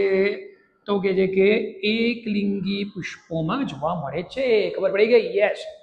હવે તમારા જેવા કોઈ હોશિયાર સ્ટુડન્ટ બેઠા હોય સામે અને સવાલ પૂછે કે સર અહીંયા બાજુમાં પુષ્પો કેવા છે? દ્વિલિંગી છે. હવે સમજો એનસીઈઆરટી આપણને આવું કહી દે છે, પણ જાતે બે કહી દે કે ભાઈ તમે જાતે સમજી લો, બરાબર છે. કેવી રીતે સમજાય? કોઈ સ્ટુડન્ટ બેઠા હોય અને કહે કે સર આ દ્વિલિંગી પુષ્પો છે. માની લો કે આના પુષ્પની પરાગરજ ટીક ટુક કરતી આના પરાગાસન પર સ્થાપિત થાય, ભલે ને દ્વિલિંગી પુષ્પો છે, તો શું આને ગેટેનોગેમી કહેવાય? યસ, કહેવાય. આ જે પ્રક્રિયા થઈ એને પણ ગેટેનોગેમી કહેવાય. આ જે પ્રક્રિયા થઈ એને પણ ગેટેનોગેમી કહેવાય. તો હેશટેગમાં પોઈન્ટ શું એડ કરશું આપણે? ગેટેનોગેમી એકલિંગીમાં અને દ્વિલિંગી બંને પુષ્પોમાં લાગુ પડે. જ્યારે ઓટોગેમી માત્ર ને માત્ર શેમાં લાગુ પડશે? દ્વિલિંગી વનસ્પતિમાં જ, દ્વિલિંગી પુષ્પોમાં જ લાગુ પડશે. બીજો પોઈન્ટ, આ એક જ વનસ્પતિ ઉપર નર પુષ્પો અને માદા પુષ્પો બંને આવેલા છે. તો આ પ્રકારની જે વનસ્પતિ છે એ વનસ્પતિને શું કહેવામાં આવે છે? એક સદની વનસ્પતિ તરીકે ઓળખવામાં આવે છે. તો તમને પૂછે ભાઈ એક સદની વનસ્પતિમાં કઈ કઈ પ્રક્રિયાઓ થઈ શકે? ઓટોગેમી થઈ શકે, ઝેનોગેમી થઈ શકે. ઝેનોગેમી સમજાવું છું, ગેટેનોગેમી થઈ શકે છે. તો આપણને ખબર પડે કે એક સદનીમાં શું થઈ શકશે? તો કે એક સદનીની અંદર ચલો ઓટોગેમી પોસિબલ છે? પોસિબલ જ નથી, કારણ કે પુષ્પો જ એકલિંગી છે. પુષ્પો જ એકલિંગી છે. તો અહીંયા ઓટોગેમી પોસિબલ નહીં થાય. શું પોસિબલ થશે? અહીંયા ગેટેનોગેમી પોસિબલ થશે, બરાબર છે. તો ઓટોગેમી, ગેટેનોગેમી અને ત્રીજા નંબર પર આવશે ઝેનોગેમી, જેને એનસીઈઆરટી માં શબ્દ આપેલો છે પરવશ, કરેક્ટ છે. તો અહીંયા તો વ્યાખ્યા બિલકુલ સિમ્પલ થઈ જશે, છતાં બી આપણે સમજીએ. અહીંયા શું કહે છે? અગેન ચલો એક વનસ્પતિ લઈએ આપણે, બરાબર છે. અગેન ચલો બીજી એક વનસ્પતિ લઈએ આપણે, અને અહીંયા ચલો આપણે એક પુષ્પ બતાડી દઈએ, અને અહીંયા પણ ચલો એક પુષ્પ બતાડી દઈએ. ચલો બતાડો પુષ્પ બતાડો, બરાબર છે. તો માની લો આપણે કે પ્રક્રિયા શું થઈ? અહીંયા શું આવ્યું? શું છે આ? તો કે પુંકેસર આવ્યા, અને આ શું છે? સ્ત્રી કેસર આવ્યા. તો ભાઈ સિમ્પલ વસ્તુ થઈ ગઈ ને હવે, કે અહીંથી પરાગરજ જે છે ટીક ટુક ક્યાં જતી રહી? અહીંયા જતી રહી. તો પરાગનયનની પ્રક્રિયા બે અલગ અલગ વનસ્પતિ વચ્ચે થઈ. એટલે વનસ્પતિની જાત છે એમાં આ ગુલાબ હોય તો આ ગુલાબ જ હોય, આ જાસૂદ હોય તો જાસૂદ જ હોય, આ મોગરો હોય તો આ મોગરો જ હોય, પણ છોડ અલગ અલગ છે, એ સેન્સમાં તમારે લેવાનું છે. તો આ પ્રક્રિયાને પરપરાગનયન કહેવાય, ઝેનોગેમી કહેવાય. જનીનિક બંધારણમાં વિવિધતા માત્ર ને માત્ર ક્યાંથી આવશે? ઝેનોગેમીથી આવશે. ઓટોગેમી કે ગેટેનોગેમીથી જનીન બંધારણમાં વિવિધતા ક્યારેય પણ નહીં આવે. ઓકે, તો અહીંયા નર પુષ્પ અને માદા પુષ્પો અલગ અલગ વનસ્પતિ પર જોવા મળે છે. તો આ પ્રકારની વનસ્પતિને કહેવામાં આવે છે દ્વિસદની વનસ્પતિ. કોઈ કન્ફ્યુઝન ના જોઈએ. મોટા ભાગે સ્ટુડન્ટ્સને કન્ફ્યુઝન હોય છે કે એક સદની વનસ્પતિ એકલિંગી પુષ્પો માટે લાગુ પડે ને દ્વિસદની વનસ્પતિ દ્વિલિંગી પુષ્પો માટે લાગુ પડે. બિલકુલ ખોટી વાત છે. એક સદની શબ્દ હોય કે દ્વિસદની શબ્દ હોય, બંને કેસમાં પુષ્પો તો કેવા છે? એકલિંગી જ છે. હું ફરીથી બોલું છું, વિડીયો ફરીથી જોજો. એક સદની વનસ્પતિ હોય કે દ્વિસદની વનસ્પતિ હોય, બંને કેસમાં પુષ્પો કેવા છે? એકલિંગી છે. ક્યાંય પણ દ્વિલિંગી પુષ્પો છે જ નહીં, બરાબર. દ્વિસદનીનું દ્વિલિંગી સાથે કોઈ પણ કનેક્શન નથી. અહીંયા શું થયું? નર પુષ્પો માદા પુષ્પો અલગ અલગ વનસ્પતિ પર છે. અહીંયા નર પુષ્પો માદા પુષ્પો એક જ વનસ્પતિ પર છે.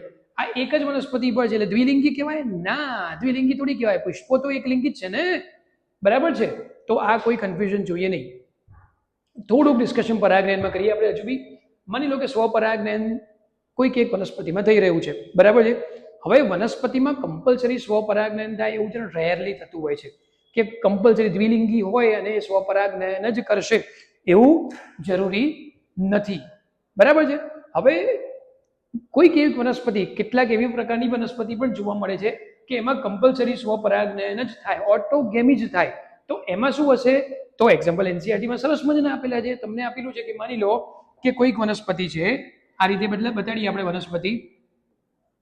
તો અહીંયા એના હવાઈ પુષ્પો આવેલા છે અને નીચેની તરફ એમાં સમૃદ્ધ પુષ્પો આવેલા છે. હવે જે સમૃદ્ધ પુષ્પો જે છે ને એની પુષ્પકલિકા આ પરિસ્થિતિમાં છે, ક્યારે ખુલતી ખીલતી જ નથી. હવે આમ થાય તો પરિસ્થિતિ આવે કે બીજા કોઈ પુષ્પની પરાગરજ આવે કે એવી કોઈ પરિસ્થિતિનું નિર્માણ થાય. અહીંયા કમ્પલસરી આ જ પરિસ્થિતિ છે. તો આ પરિસ્થિતિમાં જે પરાગનલિકા છે એમાં શું થવાનું, તો કે કમ્પલસરી પરાગાશય જે સ્ત્રી કેસર જે પરાગરજનું સ્થાપન ત્યાંનું ત્યાં જ સ્ત્રી કેસરના પરાગાસન પર થવાનું છે. ઓકે, તો આ પરિસ્થિતિ હશે, સમૃદ્ધ પુષ્પો હશે, તો આપણે નોટ કરીશું કે કમ્પલસરી અહીંયા પરાગનયન કેવા પ્રકારે થશે, પરાગનયન અહીંયા કમ્પલસરી યસ ઓટોગેમિક થશે, સ્વપરાગનયન જ થશે. ઓકે, ચલો નેક્સ્ટ પછી પરાગનયનમાં આપણે આગળ જોઈએ છે.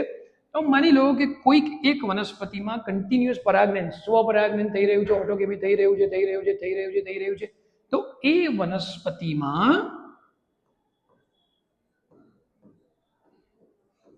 અંતઃ સંવર્ધન દબાણ, મોસ્ટ ઇમ્પોર્ટન્ટ વર્ડ સમજવાનો જરૂરી, ઇનબ્રીડિંગ ડિપ્રેશન થવાની સંભાવના વધી જાય છે. એક પ્રકારનું દબાણ ઉત્પન્ન થયું. એવું કેવું સર, દબાણ કેમ ઉત્પન્ન થયું અને આ દબાણનો મતલબ શું થાય સમજાવું તમને. ચલો માની લો કે કોઈક એક વનસ્પતિમાં આપણે ઓટોગેમી કર્યું, તો એક ચોક્કસ પરિસ્થિતિમાં ઓટોગેમી થયું હશે. હવે માની લો કે એ વનસ્પતિમાં નેક્સ્ટ જનરેશનમાં પણ ઓટોગેમી થાય છે, મતલબ કે હમણાં જે સમજ્યા હતા આપણે એને આપણે જોઈએ છે. આ આવ્યું દાખલા તરીકે, હવે અહીંયા ઓટોગેમી થયું, અહીંયા પરાગનયન થયું, બીજનું નિર્માણ થયું, એ બીજ નીચે પડ્યું, પાછું નવું પુષ્પ બન્યું દ્વિલિંગી, પાછું આ જ પરિસ્થિતિ થયું. હવે એ 3, 4, 5 જનરેશન કન્ટિન્યુઅસ થયું. તો જે જનરેશનમાં જે પરિસ્થિતિમાં અહીંયા સ્વપરાગનયન થયું એ વાતાવરણ 4, 5 જનરેશન થઈ ગયું, એ સમયનું વાતાવરણ શું સેમ હશે? આની જરૂરિયાતો અને આની આજુબાજુની પરિસ્થિતિઓ અને જે 4, 5 જનરેશન પછી બી સ્વપરાગનયન થઈ રહ્યું છે ને એ વખતની પરિસ્થિતિઓ સેમ હશે? ના. પેઢી દર પેઢી આપણે એવું એક્સપેક્ટ કરતા હોઈએ કે નવા લક્ષણો આવવા જોઈએ. ઉદ્વિકાસ નામનું ચેપ્ટર બી તમે ભણ્યા છો 12th સ્ટાન્ડર્ડમાં, તો ઉદ્વિકાસ થવો જોઈએ. અહીંયા કશું થતું જ નથી, એના જ લક્ષણો આવે છે અને એના એ જ લક્ષણો જો આવશે તો એ જે પ્રક્રિયા થઈ એ પ્રક્રિયાને જ શું કહેવામાં આવે છે? અંતઃ સંવર્ધન દબાણ તરીકે ઓળખવામાં આવે છે. તો એનું સોલ્યુશન શું અંતઃ સંવર્ધન દબાણનું? અંત સંવર્ધન રોકો, સ્વપલનને રોકો અને પરપલન કરાવડાવો. મતલબ કે શું કરાવડાવો? બાહ્ય સંવર્ધન. અને એના પરથી જ તમારો નેક્સ્ટ ટોપિક આવશે બેટા, જેને કહેવામાં આવે છે બાહ્ય સંવર્ધન પ્રયુક્તિઓ. બરાબર છે? તો આ એક મેં તમને એક હિન્ટ આપી દીધી કે બાહ્ય સંવર્ધન એટલે પરપલન કરાવવાની જરૂર કેમ પડી, બાહ્ય સંવર્ધનની જરૂર કેમ પડે છે. ઓકે, તો બાહ્ય સંવર્ધનની જરૂર કેમ પડી એ ખબર પડી ગઈ. તો ચલો બાહ્ય સંવર્ધન કેવી રીતે કરી શકાય, કેવી રીતે કરી શકાય. હવે પરિસ્થિતિ શું હોય છે કે જ્યારે પરાગનયન થાય ત્યારે પુંકેસર છે ને અહીંયા સ્ત્રી કેસર છે. તો જ્યારે પુંકેસરમાંથી પરાગાશય મુક્ત થાય, પરાગાશયમાંથી પરાગરજ મુક્ત થાય ત્યારે સ્ત્રી કેસરનું પરાગાસન છે ને એને માટે એક્સેપ્ટેબલ હોવું જોઈએ, ગ્રાહ્ય હોવું જોઈએ. તો અગર મારે સ્વપલનને અટકાવવું છે તો શું થશે? અહીંયા જ્યારે પરાગાશયમાંથી પરાગરજ મુક્ત થાય ત્યારે શક્ય છે કે પરાગાસન ગ્રાહ્ય ન હોય, અથવા જ્યારે પરાગાસન ગ્રાહ્ય હોય એના કેટલાય સમય પહેલા પુંકેસરમાંથી પરાગાશયમાંથી પરાગરજ મુક્ત થઈ ગઈ હોય. તો એનો મતલબ એમ થયો કે પ્રયુક્તિઓમાં પહેલી પ્રયુક્તિ એવી આવશે કે પરાગાશયમાંથી પરાગરજની મુક્તિ અને પરાગાસનનું ગ્રાહ્ય હોવું, આનો સમયગાળો અલગ અલગ રાખી દેવામાં આવે તો પછી કમ્પલસરી કઈ પ્રક્રિયા થશે? પરપરાગનયન થશે, બાહ્ય સંવર્ધન થશે, અંત સંવર્ધન અટકશે. બીજી પ્રયુક્તિ શું આવે? બીજી પ્રયુક્તિ એવી આવે કે જે પુંકેસર છે અને સ્ત્રી કેસર છે એને અલગ અલગ લંબાઈએ રાખવામાં આવે, અલગ અલગ હાઈટ ઉપર રાખવામાં આવે તો પણ કઈ પ્રક્રિયા થશે? બાહ્ય સંવર્ધનની પ્રક્રિયા થશે. ત્રીજી પ્રક્રિયા શું આવશે? ત્રીજી પ્રક્રિયા એક સારો એક કન્સેપ્ટ છે, એનસીઈઆરટીમાં સમજાયો છે પણ સમજવા લાયક મુદ્દો છે. એને કહેવામાં આવે છે સ્વ અસંગતતા, સ્વવંધ્યતા બી કહેવાય, એને સેલ્ફ ફર્ટિલિટી બી કહેવાય, સેલ્ફ ઇનફર્ટિલિટી બી કહેવાય. તો સ્વ અસંગતતા કોને કહેવાય? ઘણી વખત શું થશે કે પુષ્પો એક જ જાતિના, ધારો કે ગુલાબ છે અથવા પપૈયું લઈએ તો પપૈયાનો આપણે બે અલગ અલગ લઈએ, અહીંયા એક પપૈયું છે, અહીંયા એક પપૈયું છે, નર છે ને આ માદા છે, તો અહીંની પરાગરજ અહીંયા જશે, સિમ્પલ. તો આ પ્રક્રિયા શું થઈ? સ્વપરાગનયન જ થઈ બેઝિકલી. ભલે ને એને તમે ગેઇટેનો કેમિકો પણ આમાં કોઈ જનીનિક બંધારણ તો આવવાનું નથી. તો હવે માની લો કે એક જ વનસ્પતિના પુંકેસરની પરાગરજ તે જ વનસ્પતિના સ્ત્રી કેસરના પરાગાસન પર જાય છે, છતાં બી તે વનસ્પતિ એને એક્સેપ્ટ કરતી નથી. એટલે શું સર? તે વનસ્પતિ એને એક્સેપ્ટ કરતી નથી એનો મિનિંગ શું થયો? માની લો કે આ સ્ત્રી કેસર છે, બરાબર છે. હવે આ એ જ વનસ્પતિની પરાગરજ અહીંયા આવીને બેઠી, આ આવી ગયેલો પરાગરજ અહીંયા, બરાબર છે. તો નેક્સ્ટ સ્ટેપ શું થવાનું હોય કે પરાગ નલિકાનું નિર્માણ થાય. અહીંયા પરાગ નલિકાનું નિર્માણ જ નહીં થાય. પોઈન્ટ 1. કોઈ કહેશે કે પરાગ નલિકાનું નિર્માણ થયું, ભલે ને જેટલું નિર્માણ તો નાનું આવડી નાની એમથી પરાગ નલિકા બની, પછી વિકાસ અટકી ગયો. કોઈ કહેશે કે ના વિકાસ થયો છે, પણ વિકાસ તો થયો છે, પરાગ નલિકાનો માર્ગ જે છે ને તે ડાયવર્ટ થઈ ગયો. તો આટલી બધી પરિસ્થિતિઓનું નિર્માણ થઈ શકે. તો આ જે ઘટના ઘટી એને શું કહેવામાં આવે છે? સ્વ અસંગતતા, જે બાહ્ય સંવર્ધન પ્રયુક્તિઓ પૈકીની એક છે. ચોથી અને છેલ્લી પ્રયુક્તિ આવશે, ભાઈ તમારે બાહ્ય સંવર્ધન કરવાનું છે, સ્વફલન અટકાવવાનું છે. સ્વફલન મોસ્ટ કોમનલી શેમાં થાય? તો કે દ્વિલિંગીમાં. તો સિમ્પલ છે, દ્વિલિંગી પુષ્પોના બદલે કોનું નિર્માણ કરવાનું? એકલિંગી પુષ્પોનું નિર્માણ કરવાનું, એટલે તમારું કામ થઈ જાય. હવે એકલિંગીમાં આપણે સમજ્યા કે એક સદની વનસ્પતિ પણ છે અને દ્વિસદની વનસ્પતિ બી છે. પોઈન્ટ ટુ બી નોટેડ, બરાબર. આને એક સદની કીધું ને આને દ્વિસદની કીધું. હવે તમને ખબર પડી જોઈએ કે કોનામાં શું થાય છે. એક સદની વનસ્પતિમાં શું થઈ શકશે? તો કે ગેટેનોગેમી થશે, પણ ઝેનોગેમી નહીં થાય. જ્યારે આ દ્વિસદની વનસ્પતિમાં તમે જોઈ શકો છો કે ભાઈ કઈ પ્રક્રિયા? ગેટેનોગેમી થશે, આમથી આમ પોસિબલ જ નથી. જ્યારે શું થશે? ઝેનોગેમી અહીંયા પોસિબલ છે. તો સામે બે શબ્દો તમને ખબર પડવા જોઈએ, એક સદની અને દ્વિસદની. તો એના ઉપરથી બાકીના કન્સેપ્ટ આપણને ખબર પડે, બરાબર. તો બાકીના પરાગનયનમાં મેં તમને કીધું એ પ્રમાણે તમે એક વખત એનસીઈઆરટી રીડ કરો, અને કદાચ તમને એવું લાગે કે ચલો આ પોઈન્ટમાં જલ પરાગિત વનસ્પતિ કે કીટ પરાગિત વનસ્પતિ, બરાબર, એમાં ખબર નથી પડતી તો મને કોમેન્ટ બોક્સમાં કહેજો. તો હું પરાગનયનો સ્પેશિયલ અલગથી એક વિડીયો બનાવી દઈશ. ઓકે, તો તમે એને બી ક્લિયર કરી શકો. બાકી લગભગ જરૂર નહીં પડે, એનસીઈઆરટી વાંચો એટલે ક્લિયર થઈ જશે. ઓકે, તો બાહ્ય સંવર્ધન પ્રયુક્તિઓ ઉપલી ક્રિયા થઈ ગઈ. આના પરથી એક પોઈન્ટ એવો બી આવી શકે કે અગર જે બાહ્ય સંવર્ધન પ્રયુક્તિઓ છે કન્ટિન્યુઅસ સ્વફલન પ્રેરવું હોય, આ પરફલન પ્રેરવા માટે છે, તો સ્વફલન પ્રેરવા માટે ઓપોઝિટ વસ્તુ, પરાગરજની મુક્તિ અને પરાગાસન ગ્રાહ્ય, તો આ સમયગાળો સેમ રાખવાનો. અહીંયા શું હતું કે પરાગાસન અને મતલબ કે પુંકેસન સ્ત્રીકેસનની લંબાઈ અલગ અલગ, તો અહીંયા બંનેને સાથે રાખવાના. કરેક્ટ? તો એ રીતે બી વિચારી શકાય પોઈન્ટ્સને. ચલો ડન છે. તો આપણે ધીમે ધીમે આગળ વધી. બાહ્ય સંવર્ધન પ્રયુક્તિઓ આપણને ખ્યાલ આવશે. તો પરાગનયન અને બાહ્ય સંવર્ધન પ્રયુક્તિમાં ચેક કરો. ચલો, એક જ છોડમાં પરાગરજના સ્થાનાંતરણ, એક જ છોડ છે, બરાબર છે. તો એક જ છોડમાં પરાગ, હવે આને ચલો આન્સર હું નહીં આપું, તમે ચેક કરો. અને શું છે ચેક કરીશું આપણે. ઓટોગેમી, ગેટેનોગેમી, ઝેનોગેમી અને એપોમેક્સિસ તો અહીંયા પોસિબલ છે જ નહીં. સ્વપરાગનયન અટકાવતું સાધન કયું છે? બરાબર છે. ઇંગ્લિશમાં વર્ડ છે, આ પણ એક વખત ચેક કરજો તમે જાતે, બરાબર છે, અને મને આન્સર આપજો. ચલો ડન છે. સ્વપરાગનયન અટકાવતું સાધન કયું છે? નેક્સ્ટ આપણે આગળ જોઈએ ક્વેશ્ચન. Yes, most important. પરાગનયન અને બાહ્ય સંવર્ધનના ચેક કરીશું. ગેટેનોગેમી અને પરવશ આવડે? પરવશ એટલે પરપરાગનયન, ઝેનોગેમી. બાહ્ય સંવર્ધન પ્રયુક્તિઓ પણ હમણાં ચેક કરી, 4 બાહ્ય સંવર્ધન પ્રયુક્તિઓ યાદ રાખી લો. એક્ઝામ્પલ મેં તમને કીધું, વેલેસ્નેરિયા અને દરિયાઈ ઘાસમાં પરાગનયન. ઓટોગેમી અને ગેટેનોગેમી વચ્ચેનો તફાવત. આ બધા જ પીવાયક્યુ બોર્ડમાં પૂછેલા સવાલ છે, અને ટોપિક જો ક્લિયર હશે તો તમને આવડી જ જશે. I am sure about that. Okay, તો ચાલો નેક્સ્ટ પોઈન્ટ પર આગળ વધીએ. નેક્સ્ટ આવશે ફલનની પ્રક્રિયા. સ્ટુડન્ટ્સ, આપણને શું મળી ચૂક્યું છે અત્યાર સુધી ફલનની પ્રક્રિયામાં? અત્યાર સુધી કઈ કઈ ઘટના જોઈ આપણે? લાક્ષણિક પુષ્પ સમજાવો. ફલનની પહેલા કોનું નિર્માણ કર્યું? તો કે સર આપણે નરજન્યુનું નિર્માણ કર્યું અને માદાજન્યુનું નિર્માણ કર્યું. તો નરજન્યુ માદાજન્યુનું નિર્માણ કર્યું ફલનની પહેલાથી. તો મતલબ કે નરજન્યુ જનન અને માદાજન્યુ જનન, તો એને કહેવામાં છે પૂર્વ ફલન ઘટનાઓ. આનો સમાવેશ આપણે ક્યાં કરશું? પૂર્વ ફલન ઘટનાઓમાં કરશું. તો હવે ફલનની વાતો વિચારીએ આપણે કે ફલનની પ્રક્રિયા જે થઈ એમાં શું પરિસ્થિતિનું નિર્માણ થતું હોય છે. તો કે માની લો કે આ સ્ત્રીકેસર અને અહીંયા આવે છે પરાગરજ. પછી આપણને ખ્યાલ હોય કે અંડક. અહીંયા તમારે વિચારી લેવાનું, અહીંયા હું દોરતો નથી, પણ અહીંયા આજુબાજુ શું આવેલા હશે? ચલો ને બતાવી દઉં, તમને ખ્યાલ આવે, કોઈ કન્ફ્યુઝન તમને ના થવું જોઈએ. આજુબાજુ શું આવશે? યસ, અંડકાવર્ણો.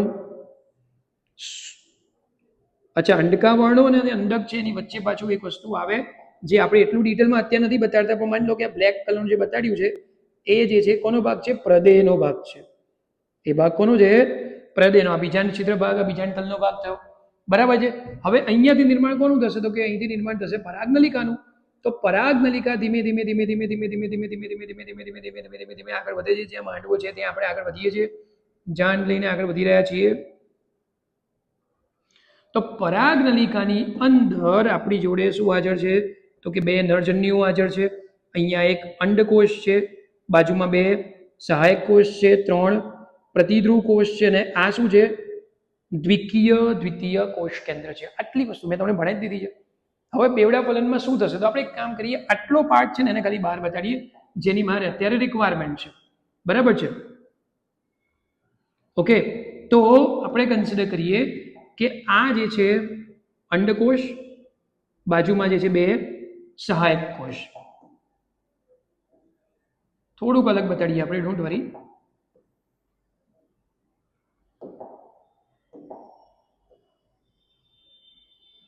સહાયક કોષ એનું કોષ કેન્દ્ર, અને અહીંયા લઈએ આપણે અંડકોષ, પ્રતિધ્રુવ કોષ, અને જે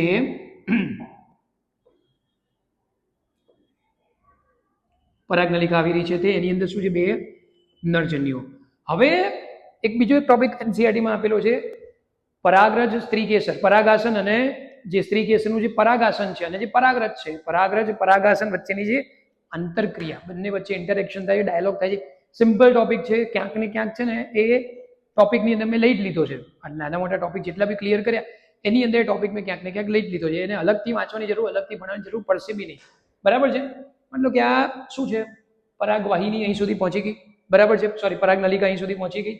હવે એની જે ટોચ હજુ તૂટી નથી, સમજો. તો એ ટોચને ક્યાં જઈને તૂટવાનું છે, ક્યાં જવાનું છે, એની ગાઈડલાઈન એને કોણ આપશે? તો એ ગાઈડલાઈન આપવા માટે સહાયક કોષોમાં એક રચનાનું નિર્માણ થાય છે, એને કહેવામાં આવે છે તંતુમય પ્રસાધન. તમને એમ કે આ શું આવ્યું તંતુમય પ્રસાધન? નવું કંઈક આવ્યું? ના સ્ટુડન્ટ્સ, એમાં કેવું છે, માની લો કે આ શું આવ્યો? સહાયક કોષ આવ્યો. તો સહાયક કોષ જે છે ને એમાંથી જ આ રીતે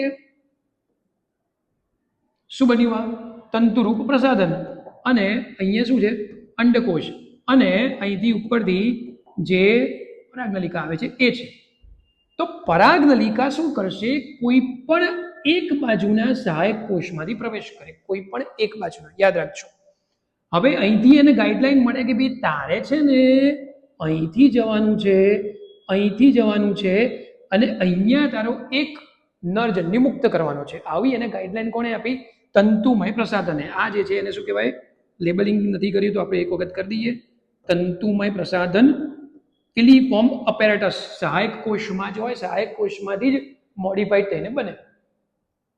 તો જે તંતુરૂપ પ્રસાધન એને ગાઈડલાઈન આપી કે તારે અહીંયા જતો, એક અહીંયા નરજન્યુ અહીંયા થશે, અહીંયા શું આવેલા છે? પેલા કોષ કેન્દ્ર છે ને, બરાબર, ધ્રુવીય કોષ કેન્દ્ર. તો બીજો જે નરજન્યુ જે છે એ અહીંયા આવશે. તો ઓવરઓલ આખી વાર્તાને આપણે સમજીએ છીએ, અને હું જવા દઉં છું. ઓકે, તો ઓવરઓલ આપણે સમજીએ. માની લો કે 2 નરજન્યુ મારે બતાડવા છે, તો એક નરજન્યુ ક્યાં આવશે? તો કે અહીંયા આવશે. એક અંડકોષ અને એક નરજન્યુ, બીજો નરજન્યુ અહીંયા આવશે. તો આ જગ્યાએ શું ભેગું થયું? ચલો મને એમ કહો. તો કે સર નરજન્યુ ભેગા થયા, વચ્ચે શું આવ્યું? અંડકોષ આવ્યો. આ જગ્યાએ શું ભેગું થયું? તો કે સર અહીંયા બી શું આવ્યું? નરજન્યુ. અને અહીંયા શું આવ્યા? ધ્રુવીય કોષ કેન્દ્ર. ચલો, આ કેવું છે? એન. આ પણ કેવું છે? એન. આ કેવું છે? એન. આ પણ કેવું છે? નહીં. આ પણ નહીં. આ કેવું છે? 2n છે. બરાબર છે? તો ફલન કેટલી જગ્યાએ થયું? ફલન 2 જગ્યાએ થયું. તો ફલન 2 જગ્યાએ થયું, માટે આ પ્રક્રિયાને કહેવામાં આવે છે મોસ્ટ ઇમ્પોર્ટન્ટ યુનિક ફીચર. આપણે શું ભણી રહ્યા છે? અનાવૃત બીજધારી કે આવૃત બીજધારી? આવૃત બીજધારીનું આ એક યુનિક ફીચર છે જેને કહેવામાં આવે છે બેવડું ફલન. માત્ર આવૃત બીજધારીમાં જોવા મળે, બાકી બીજે ક્યાંય જોવા નહીં મળે. અનાવૃત બીજધારીમાં એકવડું ફલન હોય. બાય ધ વે, હવે આ બંને ભેગા થશે તો અહીંયા ટ્રિપલ ફ્યુઝન કહેવાય. શું કહેવાય? બોલો તો એને ટ્રિપલ ફ્યુઝન કહેવાય. બરાબર છે? ત્રિકીય જોડાણ એને કહેવાય. તો આમાંથી આગળ જતા બને છે પ્રાથમિક ભ્રૂણપોષ કોષ કેન્દ્ર જે ત્રિકીય છે, અને આમાંથી બનશે યુગ્મનજ જે દ્વિકીય છે. યુગ્મનજમાંથી ભવિષ્યમાં શું થવાનું છે? ભ્રૂણ વિકાસ થશે અને પ્રાથમિક ભ્રૂણપોષ કોષ કેન્દ્રમાંથી ભવિષ્યમાં શું થવાનું છે? ભ્રૂણપોષ વિકાસ થશે. એકદમ ઇઝી વેમાં મેં તમને સમજાવી દીધું બેવડું ફલન. અહીંયા ઇનચોડ ભ્રૂણપોષનો વિકાસ થશે અહીંયાથી, ને અહીંયાથી કોનો વિકાસ થશે? તો કહે છે કે ભ્રૂણનો વિકાસ થશે. તો બસ હવે નેક્સ્ટ ટોપિક આપણે કયો લઈશું? આપણે પહેલા ભ્રૂણપોષ વિકાસ લઈ લઈએ અને પછી આપણે ભ્રૂણ વિકાસ લઈ લઈએ છીએ. ચાલો, ઓકે. તો ફલન, ઓકે. એમસીક્યુઝ હવે તો બધા ફટાફટ એમસીક્યુ સોલ્વ થશે, બરાબર છે? હવે તો હું આન્સર નહીં આપું, તમે ચેક કરી લો. બેવડું ફલન શેમાં જોવે છે? હમણાં જ કીધું મેં તમને, બરાબર? ટ્રિપલ ફ્યુઝન હમણાં જ વાત કરી. ટ્રિપલ ફ્યુઝનમાં કોનો સમાવેશ થાય? નરજન્યુ અને ધ્રુવીય કોષ કેન્દ્ર યુગ્મ અને પ્રતિધ્રુવીય કોષ કેન્દ્રકોષ અને નરજન્યુ. એક નરજન્યુ છે ને એક ધ્રુવીય કોષ કેન્દ્ર છે. યસ, સહી પકડે, બરાબર. બોર્ડમાં બેવડું ફલન આવડે આપણને. ત્રિકીય જોડાણ, હમણાં જ વાત થઈ ત્રિકીય જોડાણ. કેમ ત્રિકીય જોડાણ? કારણ કે 3 કોષ કેન્દ્રો ભેગા થાય છે. ધેટ ઇઝ વાય એના નામ શું આપવામાં આવે છે? ત્રિકીય જોડાણ. ચલો નેક્સ્ટ, પશ્વ ફલન ઘટનાઓ. ફલનની પહેલા ફલન, એની પહેલા જન્યુઓનું નિર્માણ કર્યું એ પૂર્વ ફલન ઘટનાઓ, ને હવે પશ્વ ફલન ઘટનાઓ. પહેલું શું આવશે? ભ્રૂણપોષ વિકાસ. અગત્યનો કન્સેપ્ટ અને ખૂબ સરસ મજાનો ટોપિક. ચલો, તો ભ્રૂણપોષ વિકાસમાં સ્ટુડન્ટ શું જોવા મળશે જોઈએ આપણે. માની લો કે આ શું છે? જ્યાં બધી પ્રક્રિયા થતી હતી ત્યાં જ, બરાબર છે? માદાજન્યુજનક. અને અહીંયા સેન્ટરમાં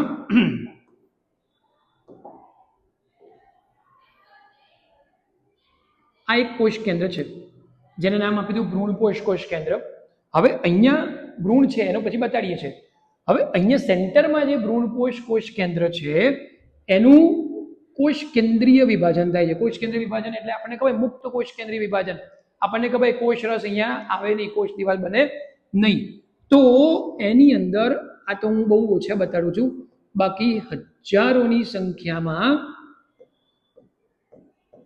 શું બને છે? અહીંયા ઘણા બધા કોષ કેન્દ્રોનું નિર્માણ થાય છે. હજારોની સંખ્યા માની લો. હજુ સુધી એની આજુબાજુ કોષ રસ આવ્યો નથી કે કોષ દિવાલ બન્યો નથી, કોષ દિવાલ બની નથી. હજુ ક્યાંક ને ક્યાંક રેન્ડમલી કોષ રસ આપણે બતાડવું હોય તો બતાડી શકીએ,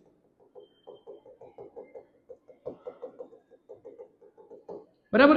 અને મીન વાઇલ અહીંયા શું છે? યુગ્મન છે. એ ભ્રૂણ વિકાસનો ટોપિક અલગ લઈએ છીએ આપણે. પહેલા ભ્રૂણપોષ વિકાસ પૂરો કરીએ. બંને પ્રક્રિયા સાથે જ થતી હોય. ઇનફેક્ટ પહેલા ભ્રૂણપોષ વિકાસ શરૂ થાય પછી ભ્રૂણ વિકાસ થાય. કારણ કે ભ્રૂણપોષ શું કરશે? વિકસતા ભ્રૂણને પોષણ આપશે. તો ભ્રૂણપોષ જ નહીં બની હોય તો ભ્રૂણ જ નહીં બને. તો પહેલા નિર્માણ કોનું થશે? ભ્રૂણપોષનું. ચલો આગળ. આ જે છે ઘણા બધા કોષ કેન્દ્રો છે આપણી જોડે.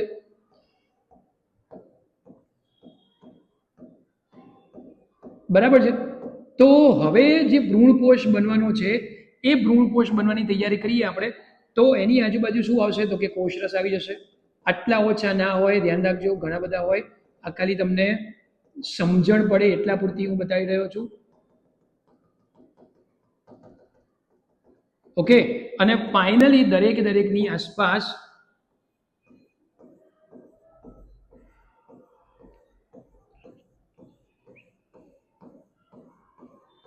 બરાબર બધા ફેલાઈ ગયા છે.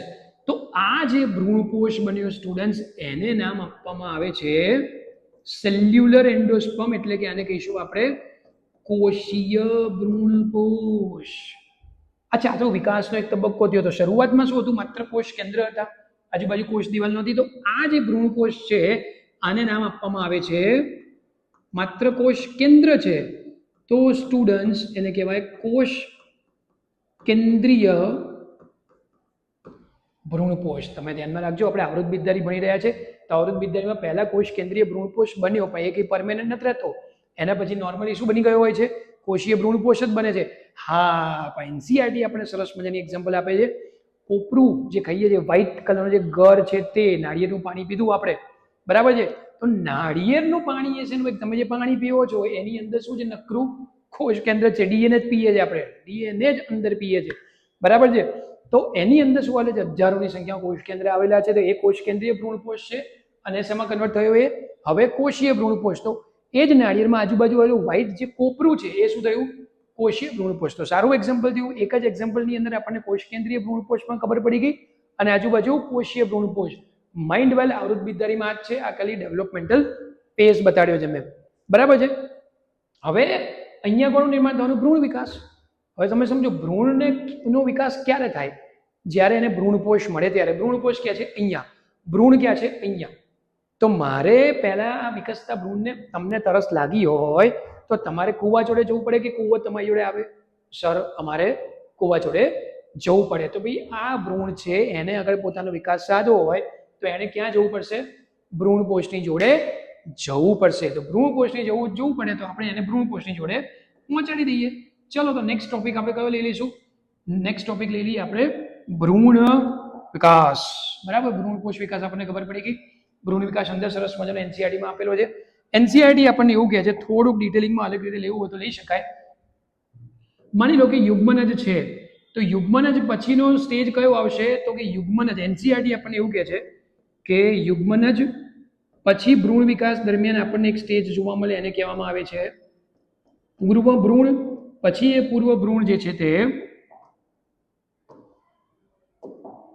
અહીંયા આપ્યું છે પ્રમાણે ગોળાકાર ભ્રૂણમાં અને પછી ફાઇનલી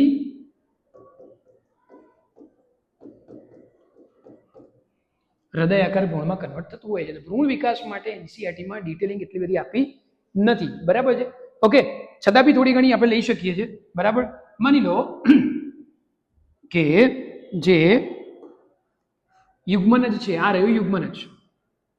એ યુગ્મનજનું પહેલા હું ભ્રૂણ વિકાસની શરૂઆત કરું છું. આને કેન્સલ કરું.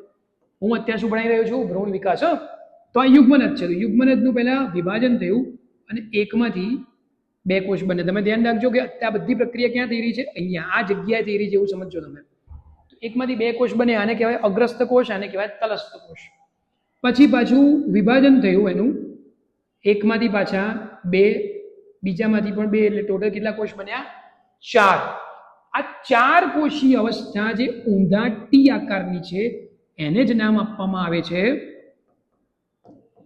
પૂર્વ ભ્રૂણ. NCERT નો જ શબ્દ છે પૂર્વ ભ્રૂણ, ધ્યાનમાં રાખીશું આપણે. ઓકે, તો NCERT મેં તમને કીધું ને કે ભાઈ પહેલા શું બને છે પ્રક્રિયાને વાત કરીએ આપણે. મેં તમને આગળ કીધું એ પ્રમાણે યુગ્મનજમાંથી શું બને? પૂર્વ ભ્રૂણ. NCERT માં આપેલો શબ્દ જઈ રહ્યો. તો પૂર્વ ભ્રૂણ કોને કહેવાય એ મેં તમને અત્યારે ફિલહાલ સમજાવ્યું. તો આ ઊંધા ટી આકારની રચનાને કહેવાય પૂર્વ ભ્રૂણ. અચ્છા, આ ક્યાં છે? અહીંયા છે. મારે એને પહોંચાડવાનું અહીંયા, કારણ કે ભ્રૂણપોષ ત્યાં છે. કંઈ નહીં. તો આ બંને અગ્રસ્ત કોષનું કંઈ ના થાય, આ તલસ્થ કોષનું કંઈ ના થાય. હવે જેનું મારે કરવાનું છે એને હું ડાર્ક કરી દઉં. આ જે કોષ છે એનું 20 થી 25 વખત સંપાદન થાય. કેટલી વખત? 20 થી 25 વખત સંપાદન થયું અને એક રચના બની. માની લો કે ચલો 20 થી 25 વખત સંપાદન થયું તો એમાંથી આ રીતના કોષો અનેક બની ગયા, બરાબર. આ નીચેનો આ કોષ એમને એમ બતાડીએ. અને પહેલો કોષ આ જે 20 થી 25 વખત સંપાદન થયું એમાંથી આટલી રચના બની. આ રચનાને નામ આપવામાં આવે છે નિલંબ. અને ઉપરની બાજુ બે અગ્રસ્ત કોષ છે તે. તો સમજો નિલંબની રચનાનું પરિણામ શું હોય? નિલંબની રચનાના ફળ સ્વરૂપે બે અગ્રસ્ત કોષો ક્યાં પહોંચી ગયા? ભ્રૂણપુટના માદા જન્યુજનકના મધ્ય પ્રદેશમાં પહોંચી ગયા, કે જ્યાં કોણ છે? ભ્રૂણપોષ છે. અગત્યનો પોઈન્ટ. ઓકે, અહીંયા મારે કૂવા જોડે જવું હતું પાણી પીવા માટે, તો કે ભાઈ પાણી તો અહીંયા છે, ભ્રૂણપોષ તો અહીંયા છે અને ભ્રૂણ અહીંયા વિકાસ પામી રહ્યો છે, તો એને પોષણ કેમનું મળશે? હવે આ નિલંબના કારણે બે અગ્રસ્ત કોષો ક્યાં ધકેલાઈ ગયા? મધ્યપ્રદેશ તરફ ધકેલાઈ ગયા. તો ત્યાં એને, હવે તમે સમજો આકૃતિ કેવી છે. આ આમ છે ને, તમે જેને વિચારી શકો છો ડાયાગ્રામ આમ. તો પેલો જે ભ્રૂણપોષ છે એ ભ્રૂણપોષ સંપૂર્ણપણે તમને ક્યાં દેખાશે? અહીંયા આજુબાજુ તમને દેખાશે. આ રીતે તમે ઇમેજિન કરો તો તમને બધું જ મગજમાં ગોઠવાઈ જશે. ઓકે, હવે આપણે ભ્રૂણ વિકાસમાં આગળ વધીએ. ભ્રૂણ વિકાસમાં આગળ મારે કામ કોનું છે? ધ્યાન રાખીને નોટ કરી લેજો. હવે મારે ખાલી આ ત્રણનું જ કામ છે. પેલા બે અગ્રસ્ત કોષ અને નિલંબનો પહેલો કોષ, બરાબર છે. હવે માની લો કે આ પેલા બે અગ્રસ્ત કોષ છે. આ રીતે બે કોષ છે. માની લો કે બે કોષ લઈ લઈએ આપણે, બરાબર. એમાં બીજું કોઈ છે નહીં જે હું સમજાવી શકું, પણ વાંધો નહીં. બે કોષ છે, બરાબર. તો બંને કોષનું એકનું આમ વિભાજન થયું. આ એકનું આમ વિભાજન એટલે એકમાંથી બે ફાળિયા પડી ગયા. બે એટલે ટોટલ કેટલા થશે? હવે 4. હવે આ 4નું આમ આયામ વિભાજન થયું તો 4 આગળ આવી જશે. 4 આગળ કેટલા થશે? 8. તો એ 8 હું કેમને બતાડીશ તો કે છે કે 1 2 3 અને 4. હવે એની પાછળ છે તો 1 2 3 અને 4 પાછળ વિચારી લો તમે. હવે આ જે 8 છે 4 અહીંયા અને 4 અહીંયા એનું આ રીતે એટલે કે એને કહેવાય પરિઘવર્તી વિભાજન કહેવાય. શું કહેવાય એને? પરિઘવર્તી વિભાજન થશે એટલે ઉપર 8 કોષ અને નીચે 8 કોષ એમ કુલ કેટલા કોષ બનશે? 16 કોષ બનશે. ઉપરની બાજુ આવેલો એને કહેવાય અગ્રસ્થ અષ્ટક, નીચેની બાજુ આવેલો એને કહેવાય તલસ્થ અષ્ટક. બરાબર છે. અને એમાંથી જ હવે ભવિષ્યમાં કોનું નિર્માણ થવાનું છે? ભ્રૂણના બાકીના ભાગોનું નિર્માણ થવાનું છે, બીજના બાકીના ભાગોનું નિર્માણ થશે. ઓકે, તો ભ્રૂણ વિકાસને તમે આ રીતે સમજી શકો છો. ચાલો, ભ્રૂણ કોષ વિકાસ, ભ્રૂણ વિકાસ. યસ, બીજની વાતો મારે કરવી પડે, આ ડાયાગ્રામ પર મારે સમજાવવાનો છે. તો હવે 2-4 નાના પોઈન્ટ્સ બાકી, બીજની થોડું ઘણું ઇન્ટ્રોડક્શન આપી દઉં છું તમને. બરાબર છે, જે આપણે ઓલરેડી 11th ક્યાંક ને ક્યાંક ભણી જ ગયા છે. કરેક્ટ છે. તો ઝડપથી આપણે રિવિઝન કરી લઈએ આપણે, જેથી કરીને આપણે ખ્યાલ આવે. હવે સમજો કે અહીંયા શું બની ચૂક્યું છે, તો કે ભ્રૂણનો વિકાસ કરી લીધો આપણે, બીજી બાજુ ભ્રૂણ કોષનો વિકાસ કરી લીધો. ભ્રૂણ કોષ ભ્રૂણને પ્રાપ્ત થશે. કરેક્ટ. તો શું થવાનું છે, તો કે બીજ બનશે. હવે આપણને ખબર પડે કે ફલનની પ્રક્રિયા બાદ આ બીજાશય, આ શું હતું? બીજાંડ એટલે કે અંડક, અને આને બીજાશયની દિવાલ તમે કન્સિડર કરો છો. તો ફલનની પ્રક્રિયા બાદ બીજાંડ એટલે કે અંડક, અંડક જે છે તે એ બીજમાં પરિણમે. આ અંડક શેમાં પરિણમશે? આટલો ભાગ શેમાં પરિણમશે? બીજમાં પરિણમશે. આખે આખું જે બીજાશય છે એ ફળમાં પરિણમે. બીજાશય શેમાં પરિણમશે? ફળમાં. હવે આપણે માની લો કે આટલા ભાગને બીજાશયની દિવાલ કન્સિડર કરીએ. બરાબર છે. તો બીજાશયની દિવાલ એ ભવિષ્યમાં શેમાં પરિણમે? ફલાવરણમાં પરિણમે. તો ધ્યાનથી જોજો બધા, જે તમને કહી રહ્યો છું તે. તમારી પાસે શું છે? બીજ વત્તા શું આવ્યું? ફલાવરણ. તો બીજ અને ફલાવરણના ટોટલને તો શું કહેવાય? બીજ આવ્યું. એની આજુબાજુ શું ગોઠવાયું? ફલાવરણ. તો શું બની ગયું? ફળ. એ જ પ્રમાણે અહીંયા શું છે? અંડક. આજુબાજુ શું આવ્યું? બીજાશયની દિવાલ. ટોટલ શું બની ગયું? બીજાશય. અચ્છા, હજુ મારે આમાંથી આ પરિણામે એવી સિરીઝમાં આગળ વધવું હોય તો આ શું છે? અંડક. અંડકની આજુબાજુ શું હતું? અંડકાવરણ. એ જ આગળ જતા શેમાં પરિણમશે? બીજની આજુબાજુ આવેલા બીજાવરણ. ધ્યાનથી જોજો, બધા કન્સેપ્ટ મસ્ત, બધા સરસ મજાના કન્સેપ્ટ છે, બધા મગજના તાર ખોલી નાખે એવા છે. બરાબર છે. ફળનું નિર્માણ કેવી રીતે થાય છે? ઓકે, તો બીજમાં આપણને ખબર પડે કે દ્વિદળી બીજ છે અને યસ એક દળી બીજ છે. તો દ્વિદળી બીજનું એક નાનું મોટું ઇન્ટ્રોડક્શન લઈએ આપણે. માની લો ભ્રૂણ તરીકે ગોઠવીએ આપણે. આને લઈએ, આને કહેવાય ઉપરાક્ષ, આને કહેવાય અદ્રાક્ષ. ઉપરાક્ષનો જે ટોપમોસ્ટ ભાગ છે, ઉપરનો જે ભાગ છે, આટલો કન્સિડર કરીએ આપણે. આને કહીએ છીએ, એનસીઆરટીમાં બધા નામ લખેલા છે, ભ્રૂણાગ્ર કહેવાય, આદિસ્કંદ કહેવાય અને પ્રકાંડગ્ર કહેવાય. આને કહેવામાં આવે છે, આ ભ્રૂણાગ્ર આવ્યું તો આને શું કહેવાય? ભ્રૂણ મૂળ કહેવાય, આદિ મૂળ કહેવાય. બરાબર છે. અને મૂલાગ્ર કહેવાય. અચ્છા, જો મૂલાગ્ર હશે તો ભ્રૂણ મૂળની આગળની બાજુ શું આવેલું હશે? મૂળ ટોપ આવેલું હશે. એનસીઆરટીમાં બધું લખેલું છે, ચિંતા ના કરો. ઓકે, આને શું નામ આપ્યું? આને નામ આપ્યું આપણે ઉપરાક્ષ અને અદ્રાક્ષ. આ આખી જે બતાડી એને શું કહેવામાં આવે છે? ભ્રૂણધરી અથવા તો ગર્ભધરી. બીજ સમજી રહ્યા છે આપણે, દ્વિદળી બીજ સમજી રહ્યા છે. તો દ્વિદળી બીજમાં હજુ બી આપણે જોઈએ આગળ. ચલો હજુ બીજું શરૂઆત કરીએ જાતો હજુ તો. ચલો, દ્વિદળી બીજ છે એટલે કેટલા બીજપત્રો? 2. આ બંને શું બતાડે અમે? એના બીજપત્રો. બીજપત્રની આજુબાજુ આવેલા એને કહેવામાં આવે છે બીજાવરણ. શું કહેવામાં આવે છે એને? બીજાવરણ. તો આ જે બતાડ્યું મેં બ્લેક કલરનું એને કહેવાય અંતઃ બીજાવરણ,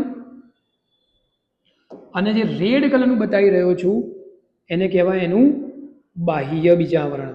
નામ નિર્દેશન તમે પ્રોપરલી કરો. ચલો, હું નથી કરતો, એક એક કરીને કરાવડાવું છું. ચલો, આ જે બ્લુ કલરનું બતાડ્યું એ શું છે? બીજપત્રો. બ્લેક કલરનું બતાડ્યું એ શું છે? તો કે અંતઃબીજાવરણ.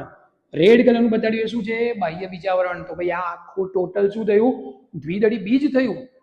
હવે એના પરથી શબ્દ મગજમાં આવે ભ્રૂણપોષ. એનસીઈઆરટી આપણને એવું કહે છે ભાઈ અમુક વનસ્પતિ એવી છે કે જેમાં જે ભ્રૂણપોષ છે એ ભ્રૂણપોષ જે છે ફલનની પ્રક્રિયા દરમિયાન વપરાઈ ગયા હોય તો એને નામ આપ્યું હતું, યાદ કરો, અભ્રૂણપોષી બીજ. 11મું ધોરણ.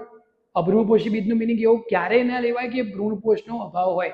ભ્રૂણપોષ તો છે જ, પણ જ્યારે બીજનું નિર્માણ થતું હોય, જ્યારે અંકુરણ થતું હોય, જ્યારે બીજનું ડેવલપમેન્ટ થતું હોય ત્યારે ભ્રૂણપોષ વપરાઈ ગયો હોય.